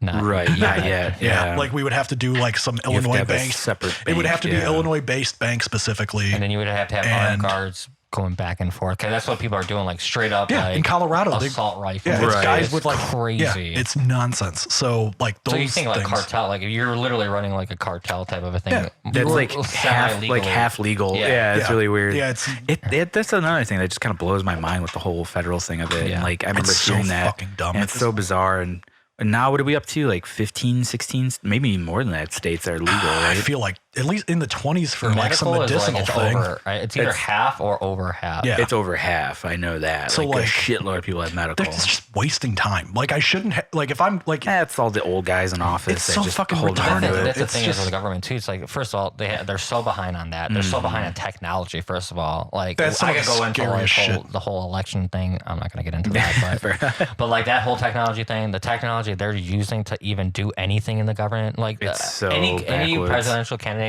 that's going to be like, hey, I'm going to open up an office of like getting this shit fucking up to date. I will vote for that guy because we're going to get so fucked so bad. Oh, see, my rule right now is anybody that's willing to cancel out student debt, I am in for. And there's I'm a couple. also in for that because that will explode our economy. Yeah. Oh, it'd be huge. That will explode. You're talking about something that's going to like pump money into this American economy, put $1.6 trillion back into people's fucking pockets. Yeah, that they all of a sudden. How is that controversial to anybody? Right. Yeah. How is that? I remember seeing stuff about that where people were complaining like, well, I paid off my loans. Like, why should they like not? It's like, dude, really? Just fucking please. Good for you. That's awesome. You can do that. Leave the country better for the next fucking set of people. You dumb Nobody fuck. wants to do that. It's so bizarre that we should die from Ebola and like smallpox, and now we're not. Right. Well, you know, like it's coming back in a huge way. I was gonna say smallpox is back, baby. We had this big thing in nostalgia. It seems like where it's like, man, bring back smallpox. New metal, bring back smallpox. Like back crazy, yeah. God, polio's the only one I think that hasn't broken through. But it's only a matter of time. But yeah, that's for the people that throwback polio Thursdays. Yeah, polio Thursdays. Walk with a limp. Polio days. The guys that say that though, like the ones that are like, I was able to pay off mine. Go fuck yourself. You should too. Like, good for you for actually being able to get something. It's great that you had an opportunity to do that. Where you have the money to be able to do that. You know. Also, let's look at how much you were charged for school at the time that you went. Yes. Yeah, that's another thing look too. At, like, yeah. the laws at the time, the generational thing that's like, because like the baby boomers are bitching about it. Could buy a house for $10,000 or $15,000 and buy a car for $5,000. Your tuition was like $200. You can work part time and still be able to live, and your wife is at home. Yeah. Right. Like comfortably God taking forbid care of she it. was Yeah, like doing anything outside the damn house. Yeah. Like, and how do you expect anyone to do anything nowadays? People are having kids later, if at all, because they're worried about climate change. Yeah. Home buying is at its lowest. Home ownership, is at its lowest it's ever been. Like the stats are staggering. Yeah. And the quality of the education is garbage. Like I went to DePaul for 5 whatever the fuck years because I was a super senior. I took my time, which only buried me further, by the way. Like if you, God forbid, if you can't finish in 4 years, depending on where you go, you just fuck yourself. Yeah, you're just digging yourself deeper. And at the time when I'm 18, 19 and completely fucking off, right, I'm not thinking about that shit now. Yeah. If a 32-year-old brain was at 18, I would have been like, hey, dude, just get so it you know, together. We're We're gonna knock this off fast. Eventually, you're paying this off. Is like what the head should have been at. And at 18, I'm just like, I love blowjobs. Right. And so like, it doesn't matter. And I still love blowjobs though. Yeah. I mean, blowjobs are still good at 32. Yeah.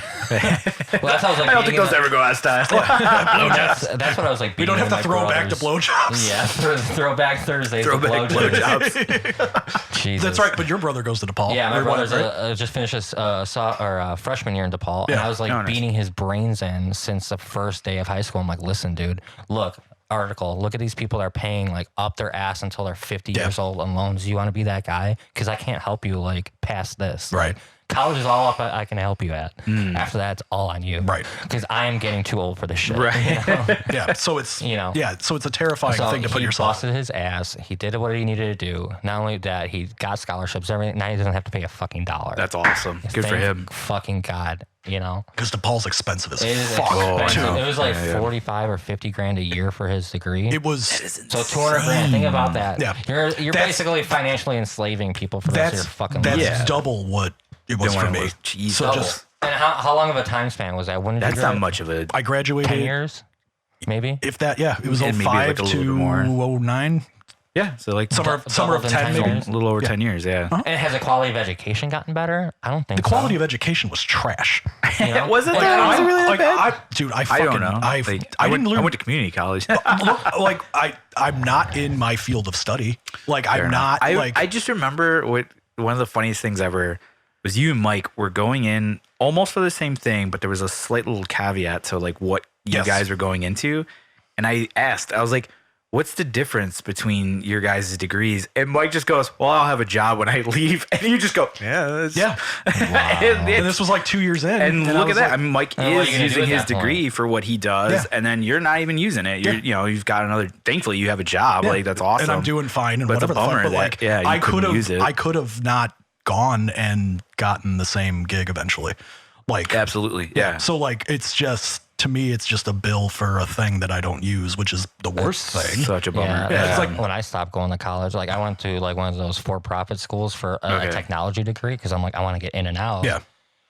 Because by the time you learn it, it's going to be gone. Sure enough, I dropped out a year into it, and I'm just this is just too much. They're just cramming it in. And then the few guys, we started off with 40 people in our class. 6 people graduated out of that same class. Holy 6 people. Shit. And they're all were making $10 an hour. And I was at Best Buy making $20 an hour at the same time. That's crazy. Which I'm just in comparison, then you're raking it fucking in. Oh yeah. At that time, I'm just they're what? I mean, what? And for them to get to that point where I was, it took them years. Right. Yeah. And if they even got to it, because they had to relearn the stuff that they just learned.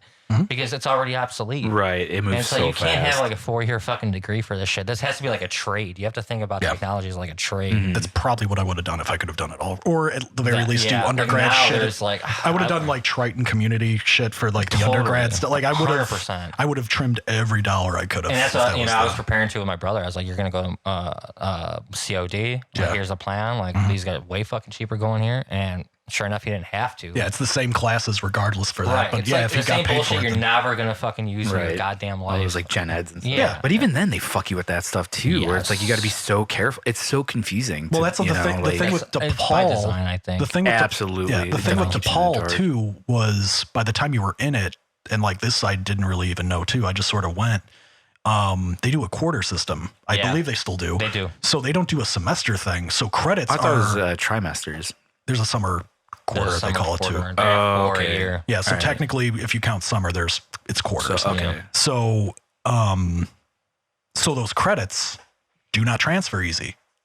It's not like a standard. Really? Yeah, it was it'd be X so amount of credits stupid. doing it this way would have, if I went to a different school, would have been doesn't matter to us. Yeah. That's so fucking bizarre that they can just swipe that under the rug like that. We're wasn't our school, doesn't count. Well, why not? Yeah. It counts. It just counts less. Yeah, it counts less. Yeah. I mean, I guess you're better for it for having taken it, but the classes I sat in on, at least, that was part of it too. Yeah, because I totally fucked off for a little while.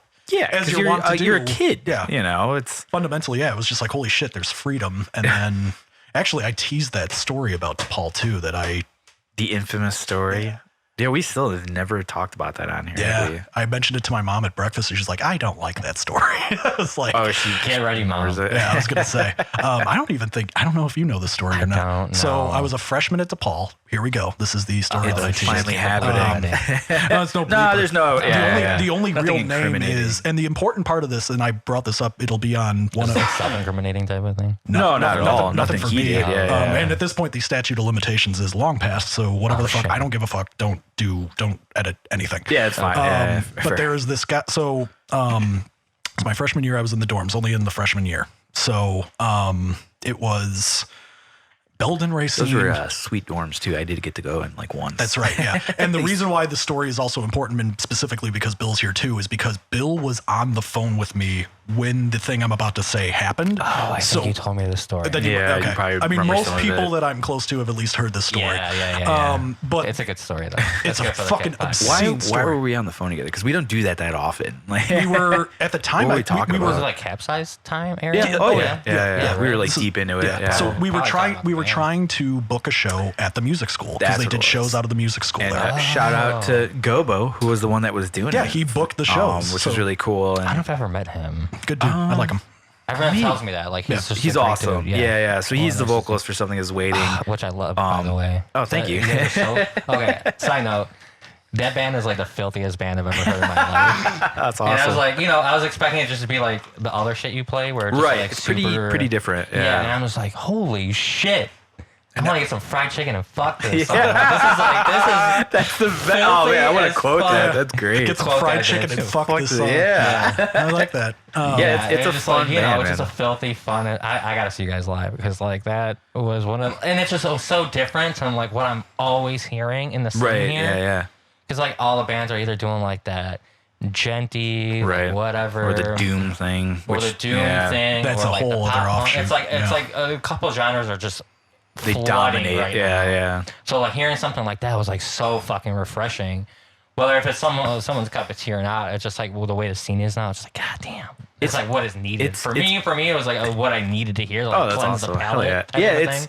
it's nice. It's definitely different than Seems like anything a fun I've done. fucking band to see live. Yeah, you know? it's a fun band. Just that's why I do it. Like it's an opportunity for me to play with like Eddie and the Eddies, if you will, Yeah, and Eddie squared. and Pete, which is awesome, and Gabe is great. Gabe was the only guy I didn't know going into that band. Sure. Which he was in that band Lone Wolf and Cub, who was like playing DePaul all Yeah. the time. However, he was not in the band at the time when we saw him. Okay. Weird. Okay. Yeah, he came in later. But yeah, it's an interesting band. It's different. I like it because there's like this weird, going back to that fucking word throwback, if you will, to like all the 90s era of like the grunginess and like alt rock kind of vibe. Yeah, that's what it gave. But like you guys pumped it full of cocaine. Like, Yes, that's what it's like reminded me it's of. got that high energy to it. It's just like after an 8-ball, like this is where you're gonna get to like 90s like alt grunge, and it's just like that's what me because I love that era of music. Oh, we all grew up on it. So Yeah, just like Q101 was my shit Oh, and listening to totally, it. And it's funny totally. because I was hanging out with Brian Rosie last weekend and we played a game because me and Rosie were like, Q101 was like where I got my music. It's what I listened to. 100%. Every song on there I remember. Top 9 at 9, baby. Brian, on the other hand, always. he was like, I don't fucking know any of this shit. It all sucks to me. And I was like, fair enough. I Yeah. get it. So he went on his phone and went Frankly, on he's Spotify. not wrong there either. Well, it's funny. Yeah. He went on Spotify and Subjective. and you can go on there. You can find a Q101 specific playlist, which is really cool. And I've been listening to since this night that we were hanging out. Oh, shit. And so he would play a song and me and Rosie go back and forth trying to guess who was the band and what was the name of the song. And more often than not, we would forget the band name or the song, but Yeah. we knew And the the choruses lyrics, and the yeah, lyrics, and we totally. started singing it. And Brian's just sitting there like, you guys are fucking assholes. He's Here's like, this is terrible. Yeah, and why do you 100%. know this so well? Here's the, 100%. I'd be here's the the same way. flies got you where I want Yeah. you. Oh, hell yeah. I just listened to that not too long ago because I had that playlist. I was like, What fuck is a yes. Q101 episode? Like we just need to do Just that. do one of that. Oh, I could do that easily. We Like should it's so totally good. do If I could that. find the old tapes when I would just record from it. Was, Oh, yeah. God, what a Put it on the tapes bygone and stuff. day. What a wonderful time. Yeah, those were the days, man. I miss it. Yeah. But I miss it. Things are simpler. yeah. But Man, we went No, way it's- off base. But it's go fine. on. The fact was, like, we've kind of known Gobo that long because he Yeah. was booking those shows at that time. And he was Yeah, Been you in, knew like, him the before scene I for a did. long- I've always heard his Yeah. name in the scene, like Yeah. always, but I've never met Kind him. of does it still, but not as much. But he was a promoter, so like he used to book a lot of shows at Livewire and Yeah, Eddie. DePaul, obviously. Eddie, other Eddie. He would Little- always little like, Ed. yeah, bassist Eddie.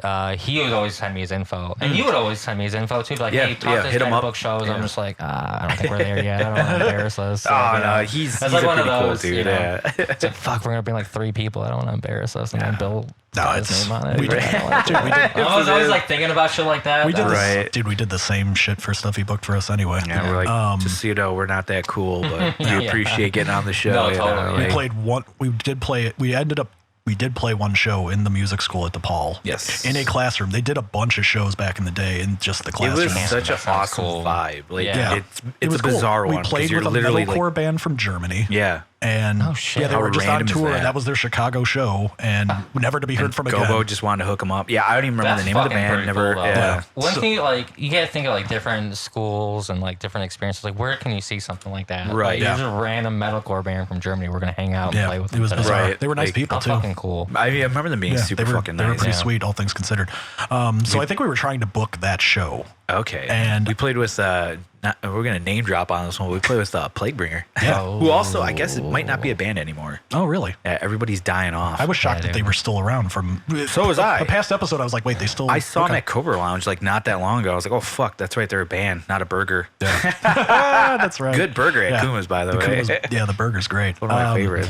Yeah, so I'm in my dorm room at the time, and there were 3 of us living in that dorm. It was actually a larger Okay. dorm at the time. So Did you I have had, one of the ones that was like connected? Like, it was a suite. So there were 2 guys in dicks one room. touching. Yeah, 2 dicks touching. I mean, there was a lot of that regardless. one of those. But so I had exactly. So I had the suite of rooms or whatever. So there were 2 guys that lived in one room, and then 3 lived in mine initially. Okay. And I had one roommate I got along with swimmingly. He was a big fat gay guy that played World of Warcraft. His name was Ron. Yes. Oh my God, it's all coming back now. Yes, I would get remember Ron now. stoned. It was when I first started smoking weed. Was like right as college started. Yeah. So I would get ripped out of my fucking mind. I'd throw him like $4 and he would make me a stack of pancakes like up to my head. He was I just do like, remember this. yeah, he was like Yeah. a housewife that I paid. It was adorable. I was like, awesome. Ron, I'll let you, because like, and we had a thing worked out where like I brought my girlfriend by and like we would do whatever and he would be gone or whatever. And then like for weekends, I didn't really stay in the dorms because we would practice on weekends or other shit. So I'd just go back home for the weekend. I was like, dude, if we work this out, like once it was just the 2 nice. of us, it was fine. It's this 3rd guy that I'm about to talk to that was the problem. So that 3rd guy showed up later then? We all got there around the same time. Oh, like okay. we were there when the year started. So all 3 were in the dorm together? Yes. Oh, And then okay, this okay. guy in particular did not make it like a month, basically. Because this was like September or October when you and I Really? were on the That phone. quick? Then. Yeah, it was quick. Okay. And I'm walking around the dorm just on the phone with you. And we're like, yeah, so like we could do this when we book and blah, blah, blah, blah, blah. Like I was actually taking the lead on booking a show, which was bizarre. And I was like, yeah, so Gobo like can hook us up. Like I don't even remember. We just have to touch his penis once. yeah, It's fine. you know, whatever. Just Yeah.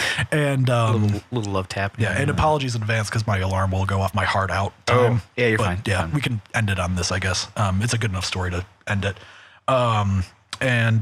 So we were on the phone, and I'm hearing a bunch of noise out in the hallway. Commotion. Yeah. And we were at the end of the hallway of this dorm, and so there was like a common like study area. So I thought like people were going into that room to Right. Just do whatever. their thing. But there's like guys talking and like men. Like it wasn't like dumbass college kids like Tad, Chad, and Brad. It was Kyle. like Don't forget about Kyle. yeah, it was hardened men voices out there, and it was all murmuring and like whatever. I'm on the phone. I'm not really paying attention, and I hear whatever, and then all of a sudden I hear on the door, and me just being like door was open, like it wasn't anything of note. Like I was just like, yeah, come in, it's open. I'm on the phone, but whatever, it's cool. Come on in. The door bursts open, and it is. How many guys total? It was 6 DEA agents. 4 of them had guns out, ready to go. Like they were working. That is terrifying. It was 4 guys with So guns. they were on the clock. Yeah, they were on the fucking clock. Yeah, oh yeah. So it was 4 guys definitely first clocked in, guns out, and they're like, put your fucking hands up, get the fucking phone, get off the fucking phone. Bill Phil, hears, you're fucked up again. you hear the commotion. Oh yeah, Like- I remember. I think I even heard the fucking knock, and then all of a sudden, it was just. I was like, "Holy fuck, what is going on?" Yeah. Like I thought you were under attack. Yeah, Like so- I thought somebody was like robbing you. I was like, so "Holy to- shit!" So to this day, I think Tom might have been with me too at my place at the time. Okay, yeah, I can I'm like, imagine. dude, something's going on with Jack. Like, Yeah, what the fuck? I think he's dead. I almost did. So like I need to maintain contact with Bill, if only to be able to tell the story and be like, I know confirm a it guy for that you, can yeah. confirm this because you're the only one. Yeah. Because I was alone in the room. And so I think it was like 6 or 7 guys in total because 4 guys had the guns out. You could barely probably fit in that room. Like, Yeah, that's crazy. one guy had like a mini battering ram because he was ready to just knock the door yeah. in.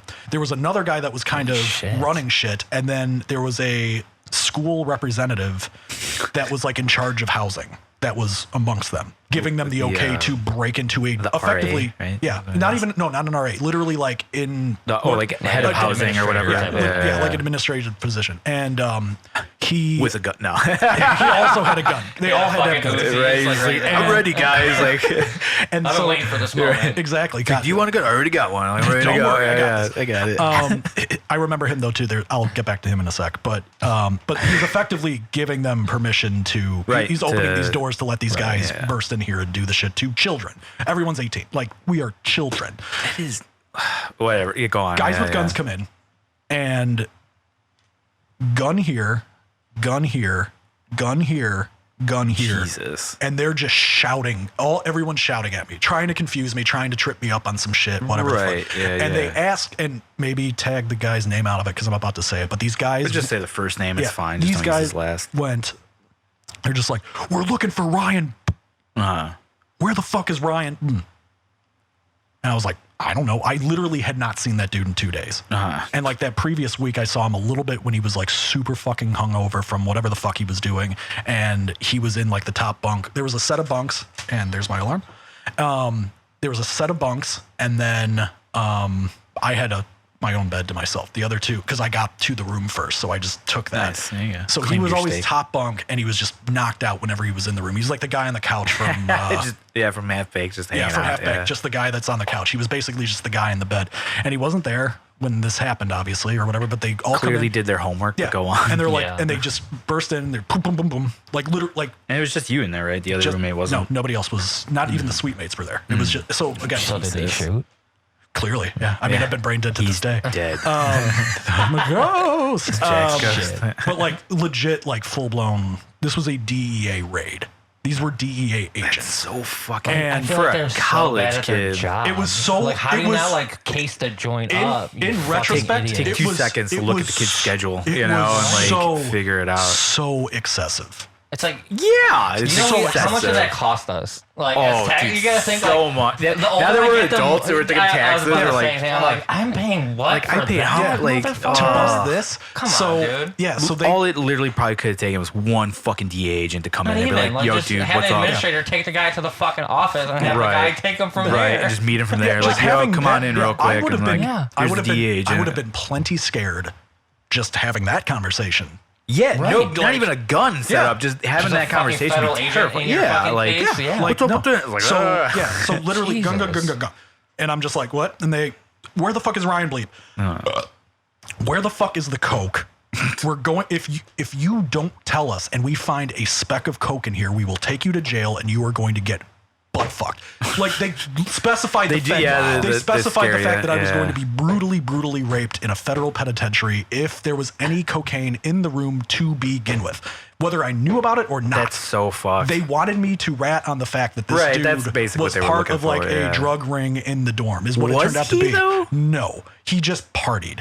This is horseshit. So the guy wasn't even a dealer? No. I thought he was. No. It was just he was a group. So I'll get to this. That's even just fucking worse. Yeah. No, I'll fill in the rest of the gaps. But like, so they're in the room and they're like, we're going to tear this place limb from fucking limb. We're going to find something. And if we do, you're going down too. I was like, I barely know the fucking guy. I don't know what the fuck any of this is about. I'm mortified. I'm shaking. Like, this is ridiculous. That's unreal, dude. And so this happens. They are flipping mattresses and going through all this shit. They go through my stuff. They find my fucking condoms. They find my weed. They find all the hitter boxes. Like all my horse shit they find. They just throw that on the fucking. Don't give a fuck. They throw that on the fucking bed. They're looking for cocaine. Yeah.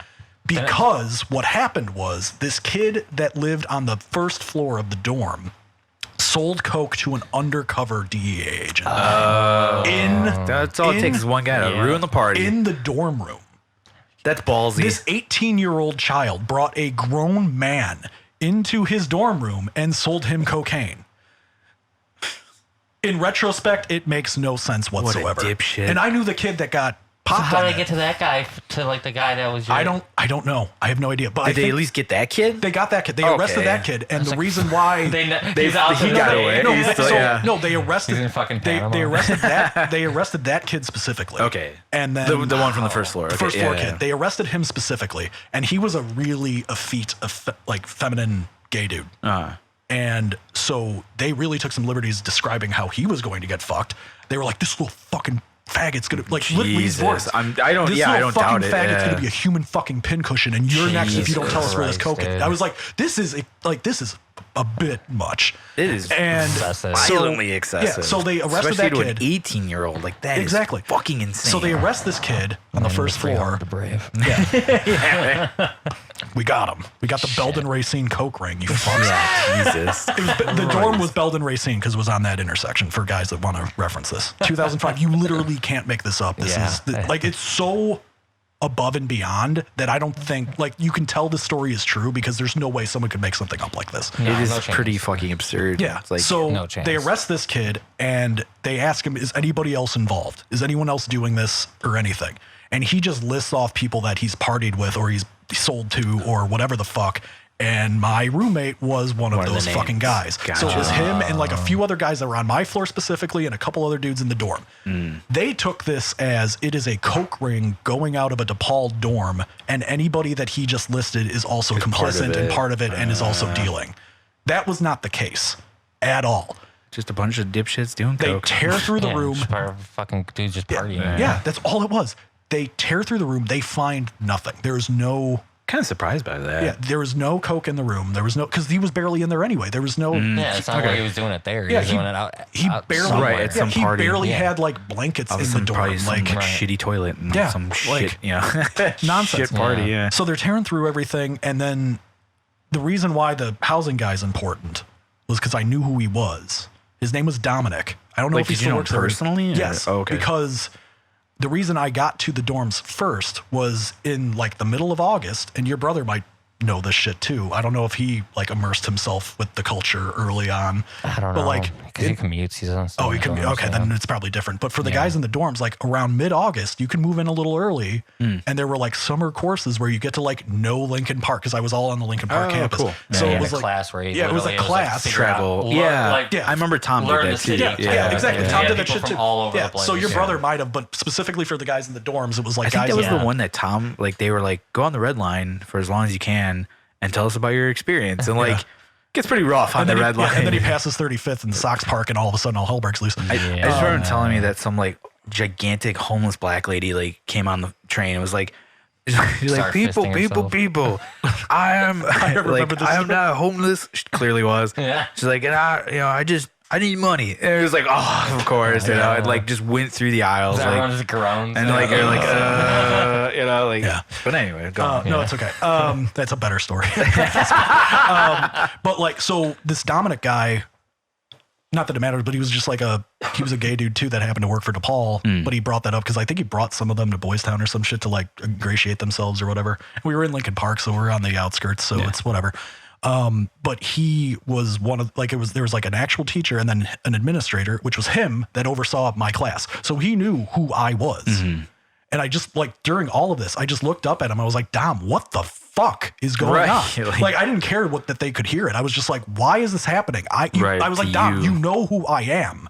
I'm not this dude. Yeah, you're like, not what in the fuck? Scarface over here. And like that's when I knew I could kind of calm down a little bit because once they flipped everything through and they looked through everything and they didn't find anything, he was just like, just let them do what they got to do.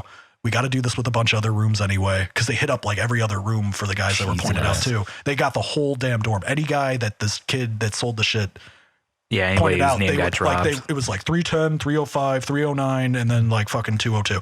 They went to every single room and did the exact same shit to whoever was in the room. So there's other people that have the story if they were in the room.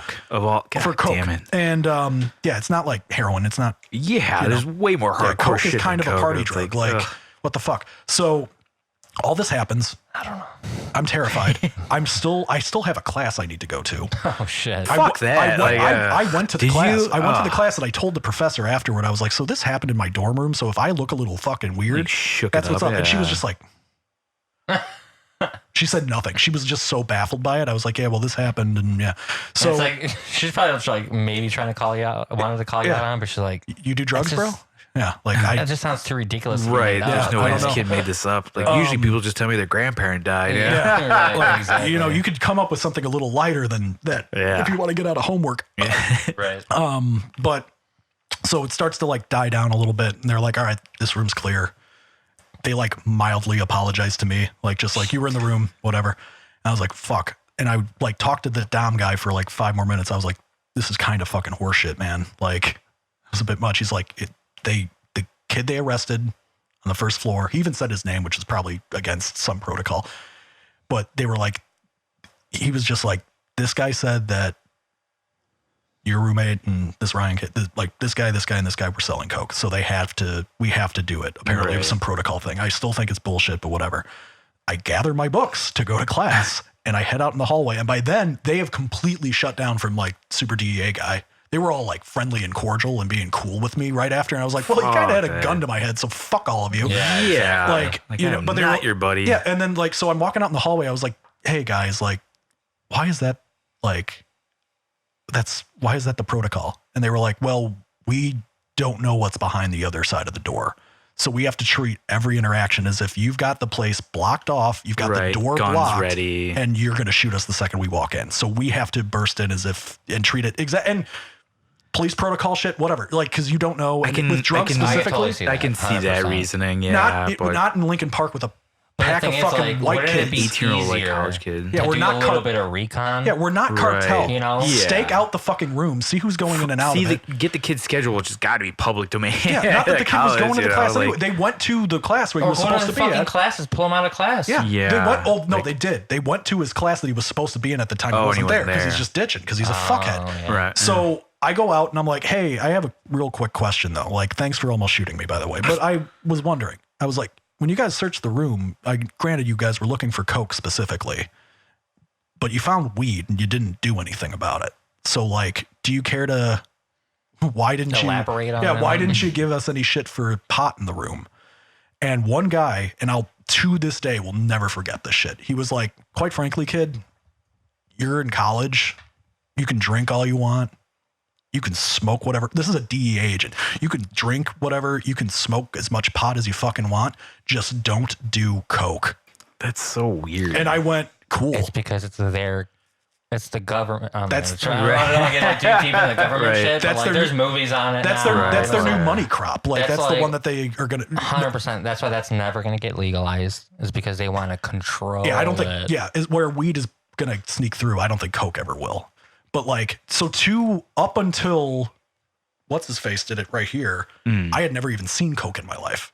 That's crazy. Yeah, so I've like, seen it so much. I've only seen it once in my life, and it was last weekend. Oh no, shit. Yeah, someone did it in front of me. I was like, what? Like the fuck? Like it was like so nonchalant. Like that's usually how it goes. Like very casually. Like I've never do it. I was like, I don't know, whatever. Just like it was just like so like odd to me. Yeah. So it was well, like, my first time. It out. Right. You know. Well, my first time. It was, and I'm not going to name names. Be careful with this. I'm not going to name names, but Dave wanted to do his first episode of his podcast, and he had me and a dude that I kind of dislike as a person on. I think that was part of his style. I think he wanted to get like kind of combative energies in the room, and fuck you, Dave. Because I didn't even know this dude was going to be there recording. Dave was just like, come on over and we'll record. Entrapment a little bit. So that'll get me a little heated. Yeah, and, I guess that's the point. Yeah, and I don't want to.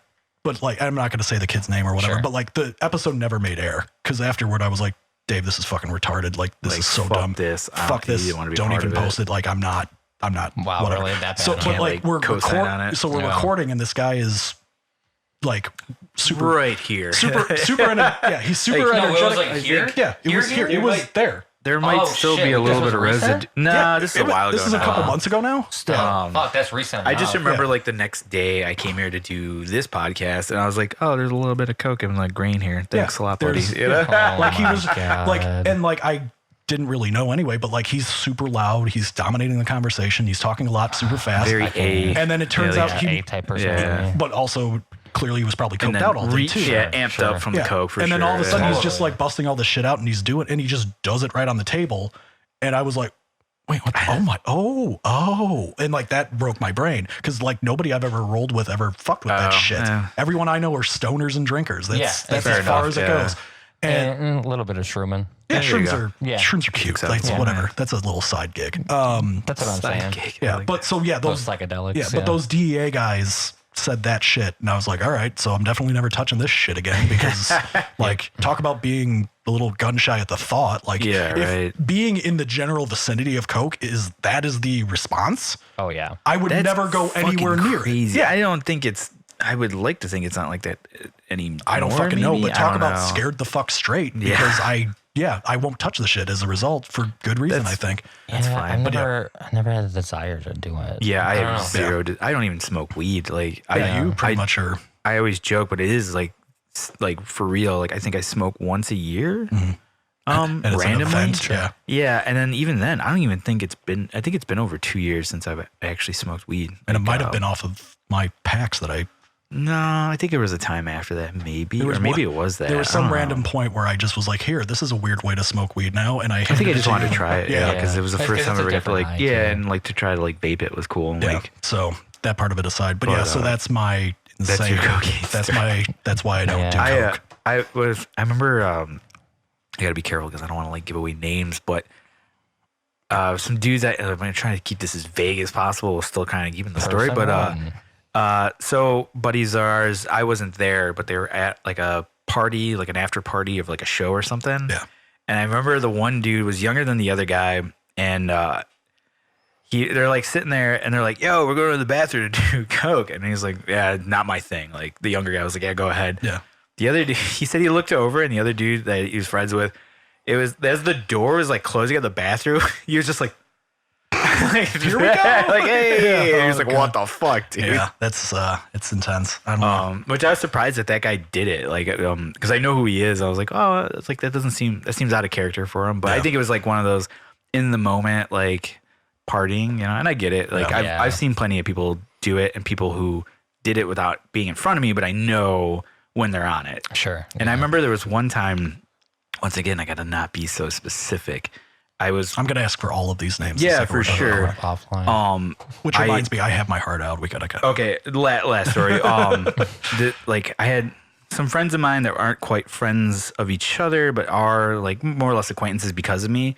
Always had beef with this one person. We're like, man, like they're so quiet all the time. Like I never get a chance to talk to them. Like, do they not like me? And I'm like, I don't know, it's fine.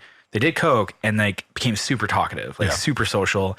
And afterward, everyone's like, dude, they were awesome. Like, I can't believe how like social. I was like, just so you know, they were on coke, and that's they had a little, that's why like they were able to talk to you, and they're like, oh, that's crazy, a little outside interference, So cool. So if they're not grinding their teeth, they're trying to talk. Right. That happened. That's another thing you got to look out for with cocaine is lockjaw, which I didn't know. Oh God! Ooh. And some guy we know got pulled over once by the cops, and he had just done a fuck ton of coke. Holy shit! And we always like joke because we pictured him like getting pulled over and like the cop flashing the light and him just being like, "Hi," like he's just like stuck like, "Hi officer, what's wrong? Get out of the fucking car. How can we help you?" Holy shit! I think we have. Do you have something to play us out with? I think we. Well, hold on. Before we do, let's do plugs before you do. Yeah. Go ahead, and then we'll play the audio from my coke bust. Oh, good. There's a demo from your coke bust. Yeah, they actually recorded from the archives. Yeah, they recorded the whole thing. You contacted the DA. Yeah, we did a Freedom of Information Act. on that. I was like I said, the statute of limitations is gone. Yeah, so that we can now release. It's all public record. Yeah. So I wonder if we could actually. Do they have any like audio? I'm gonna. Fuck no, they don't. This was way before like the body cam days and shit. There was nothing. Dude, it was nothing. They could have fucking iced me out and no one would have known. Yeah. Yep. I would have just been dragged. Well, I would have known. Then they would have tracked me down. Who was he talking to on the phone? That's right. They would have tracked. Dude, they would have gotten. Yeah, dude. Easily. He was on the phone. Trace the call. Yeah. Find out who it was. Maybe that DEA agent was Joey's dad. Oh, it was Joey. Yeah, period. It was Joey. Yeah. Because I don't know how old that fucking guy is. Like I said, he could be. It's rough, man. He could be 20. He could be fucking 80. I don't know. Like or 12. I know. Or 12. Probably more likely 12. I think somebody made that joke on Facebook where that's an angry 12. They're like probably just a shitty 12-year-old. Yeah. Oh God. But that was the other thing. I was like, I can't be specific about the guy because there's nothing to really talk about other than his name and his comment. And Kiev and woodworking. That's like all I got to go on. Like I can't conjecture like he did about us. You know. People mention it like a Dr. Phil thing going. And Joey, if you're watching, if you're from Chicago or the area, you're more than welcome to come on the podcast. Like, and talk about whatever you want to talk about. That's the point of the show, man. Like, that's why I bring people on. It's just they can talk about whatever they want, whether it's music or whatever. If you want a concise 30-minute Q&A. I showed up. I literally talked about nothing this whole time. Literally nothing. How dare you? How dare you? So yeah, if you want to come on and talk woodworking with me, man, I'd love to do it because I don't get to do it that often. Yeah, and nobody else would be able to know what the fuck you're talking about. So right. it'd actually be a good. I got a couple friends out there that would enjoy the woodworking. Yeah, we got one. But yeah, is there anything you want to plug before we head out? Nothing really. I got nothing. Maybe next time. I'm working on something to plug next time. All right, cool. But thank you. Get the solo project out. Yeah. Teasers are out there. The arty party. I like that. Hey. How about you? Anything you want to plug? Nope. No. I created a new Instagram account.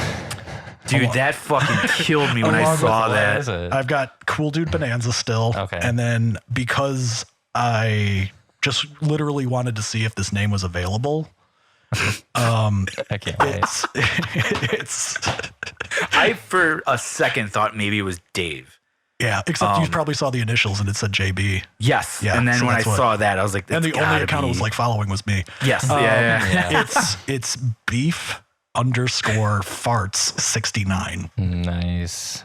And so then, good. Because like, that's so good. Because so some was beef farts 68 through 1 taken? I didn't try. No, literally though, beef farts 69 with no underscore, like just all together, just beef farts 69 was taken.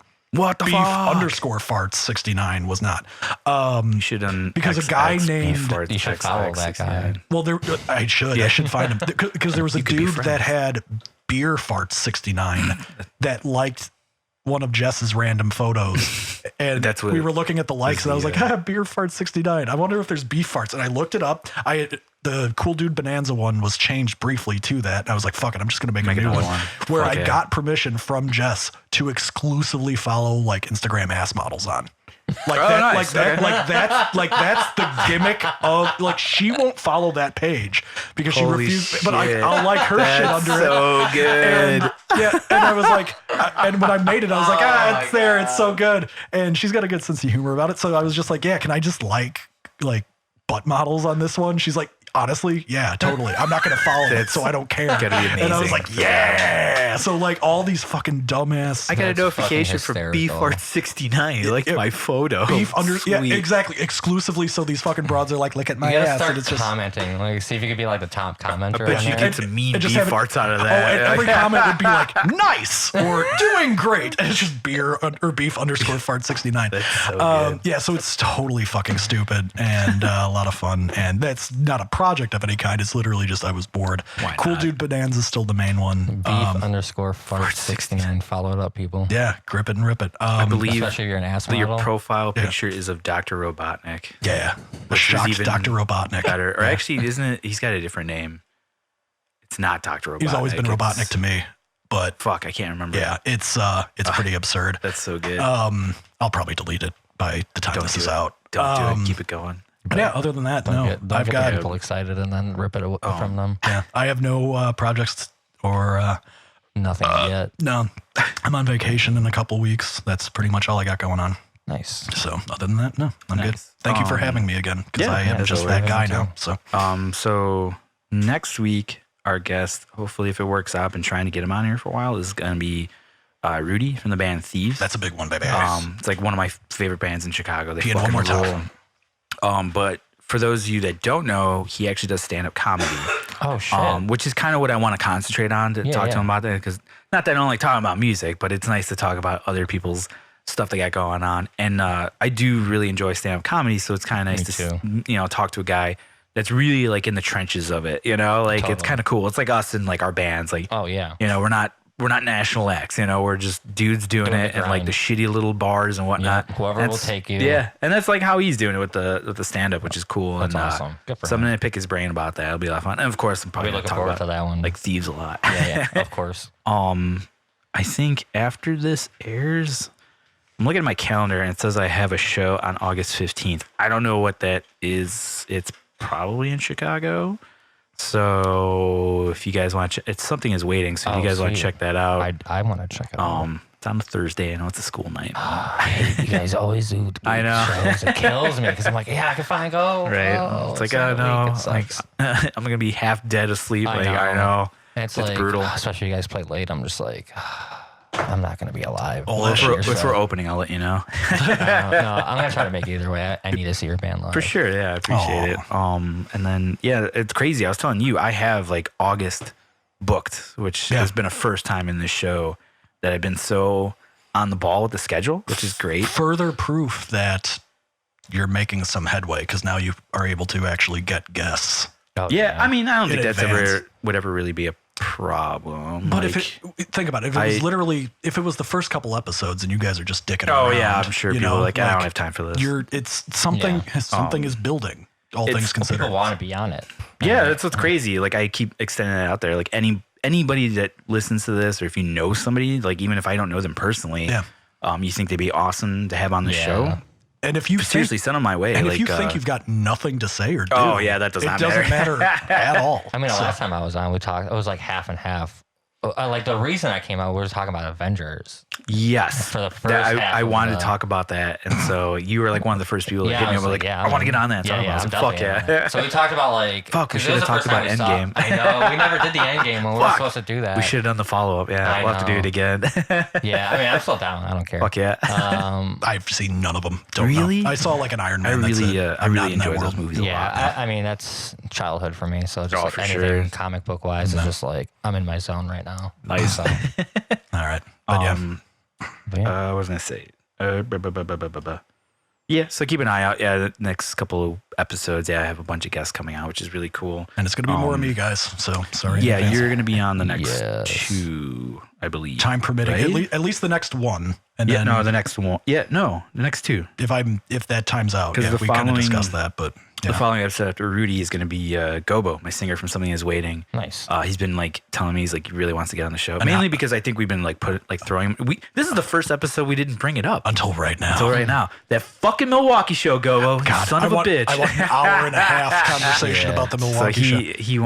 I think he wants to defend himself in some way. He hasn't really said what, but okay. Well, here goes something. He wants to defend his honor.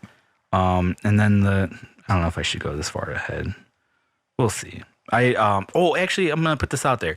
So later episode, I have a friend of mine coming on, and the main focus is going to be online dating from like a woman's perspective. Because obviously, as a guy, it's vastly different for us. You know, I'm in it. I've been in it for like the last 4 years. It's not fun. It's a fucking nightmare. It is a real nightmare, especially the older you get. Like, dude, be happy you're married. Dude, yeah. It's the one thing that you never did. You never did it, right? No, because I've been pretty much booed up with her before the app. Before it became a thing. You're so lucky, dude. In this instance, yeah, probably. It's so everything else. I'm putting it out there. If I mean, I don't think we get too many female listeners. Maybe your wife. I think that's it. Yeah, and it's at this point. Well, my friend Megan. And at this point, Eric. She listens exclusively. No, I think she might listen to episodes of Jason, but she wants to know if I'm talking shit. All the time, Jess. Every time. Because the earlier ones, when we were making fun of it, she wants to be on to call you out for saying that she didn't listen to my first episode. Damn. All right, bring it on, Jess. Baby, that would be good. But yeah, if any of my friends out there, if you know any women that have done online dating and have like crazy fucking stories like my friend does, send them my way. I really want to talk about it. Mainly, I think there'll be some funny stories from it. Like my one friend, like she was telling me like insane stories where I'm like, oh my God, like hopefully we could probably do ones and not totally terrifying. Yeah, I don't want anybody to have like PTSD from this. Like I don't want you to have to bring up something horrendous. I'm looking more for like funner stories and maybe like just ridiculous. Like I got plenty of those. My friend's got like a ton of them. They're like great. Like it's and I want to get another guest on just because like I don't know if hers is like the most, it's probably not the most extreme, but it's like up there where I'm like, do other women experience it this bad as she has? So yeah, if you know anybody that would want to talk about that stuff and in a fun way.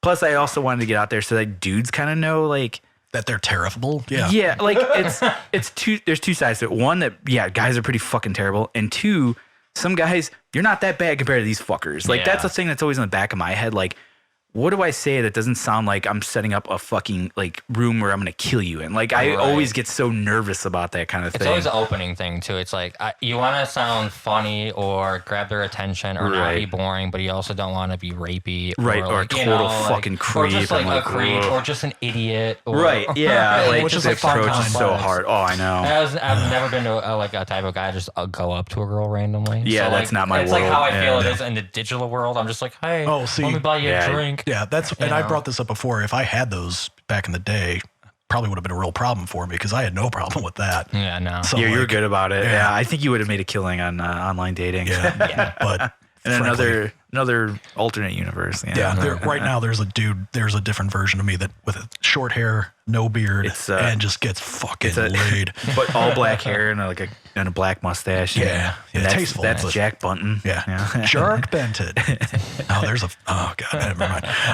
But yes, thank you everybody as always, and Artan, thank you very much for coming out again. Thank you again for having me. I'm bummed that we didn't get to talk about Endgame now. I know.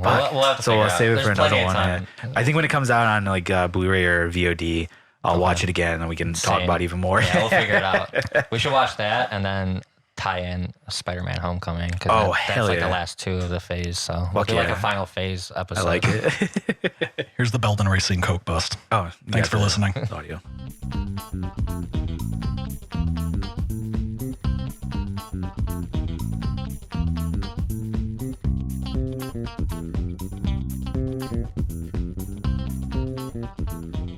All right, guys. Thanks for tuning in. Like, subscribe, comment, and share, whether you like it or hate it.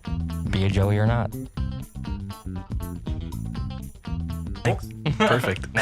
Boom.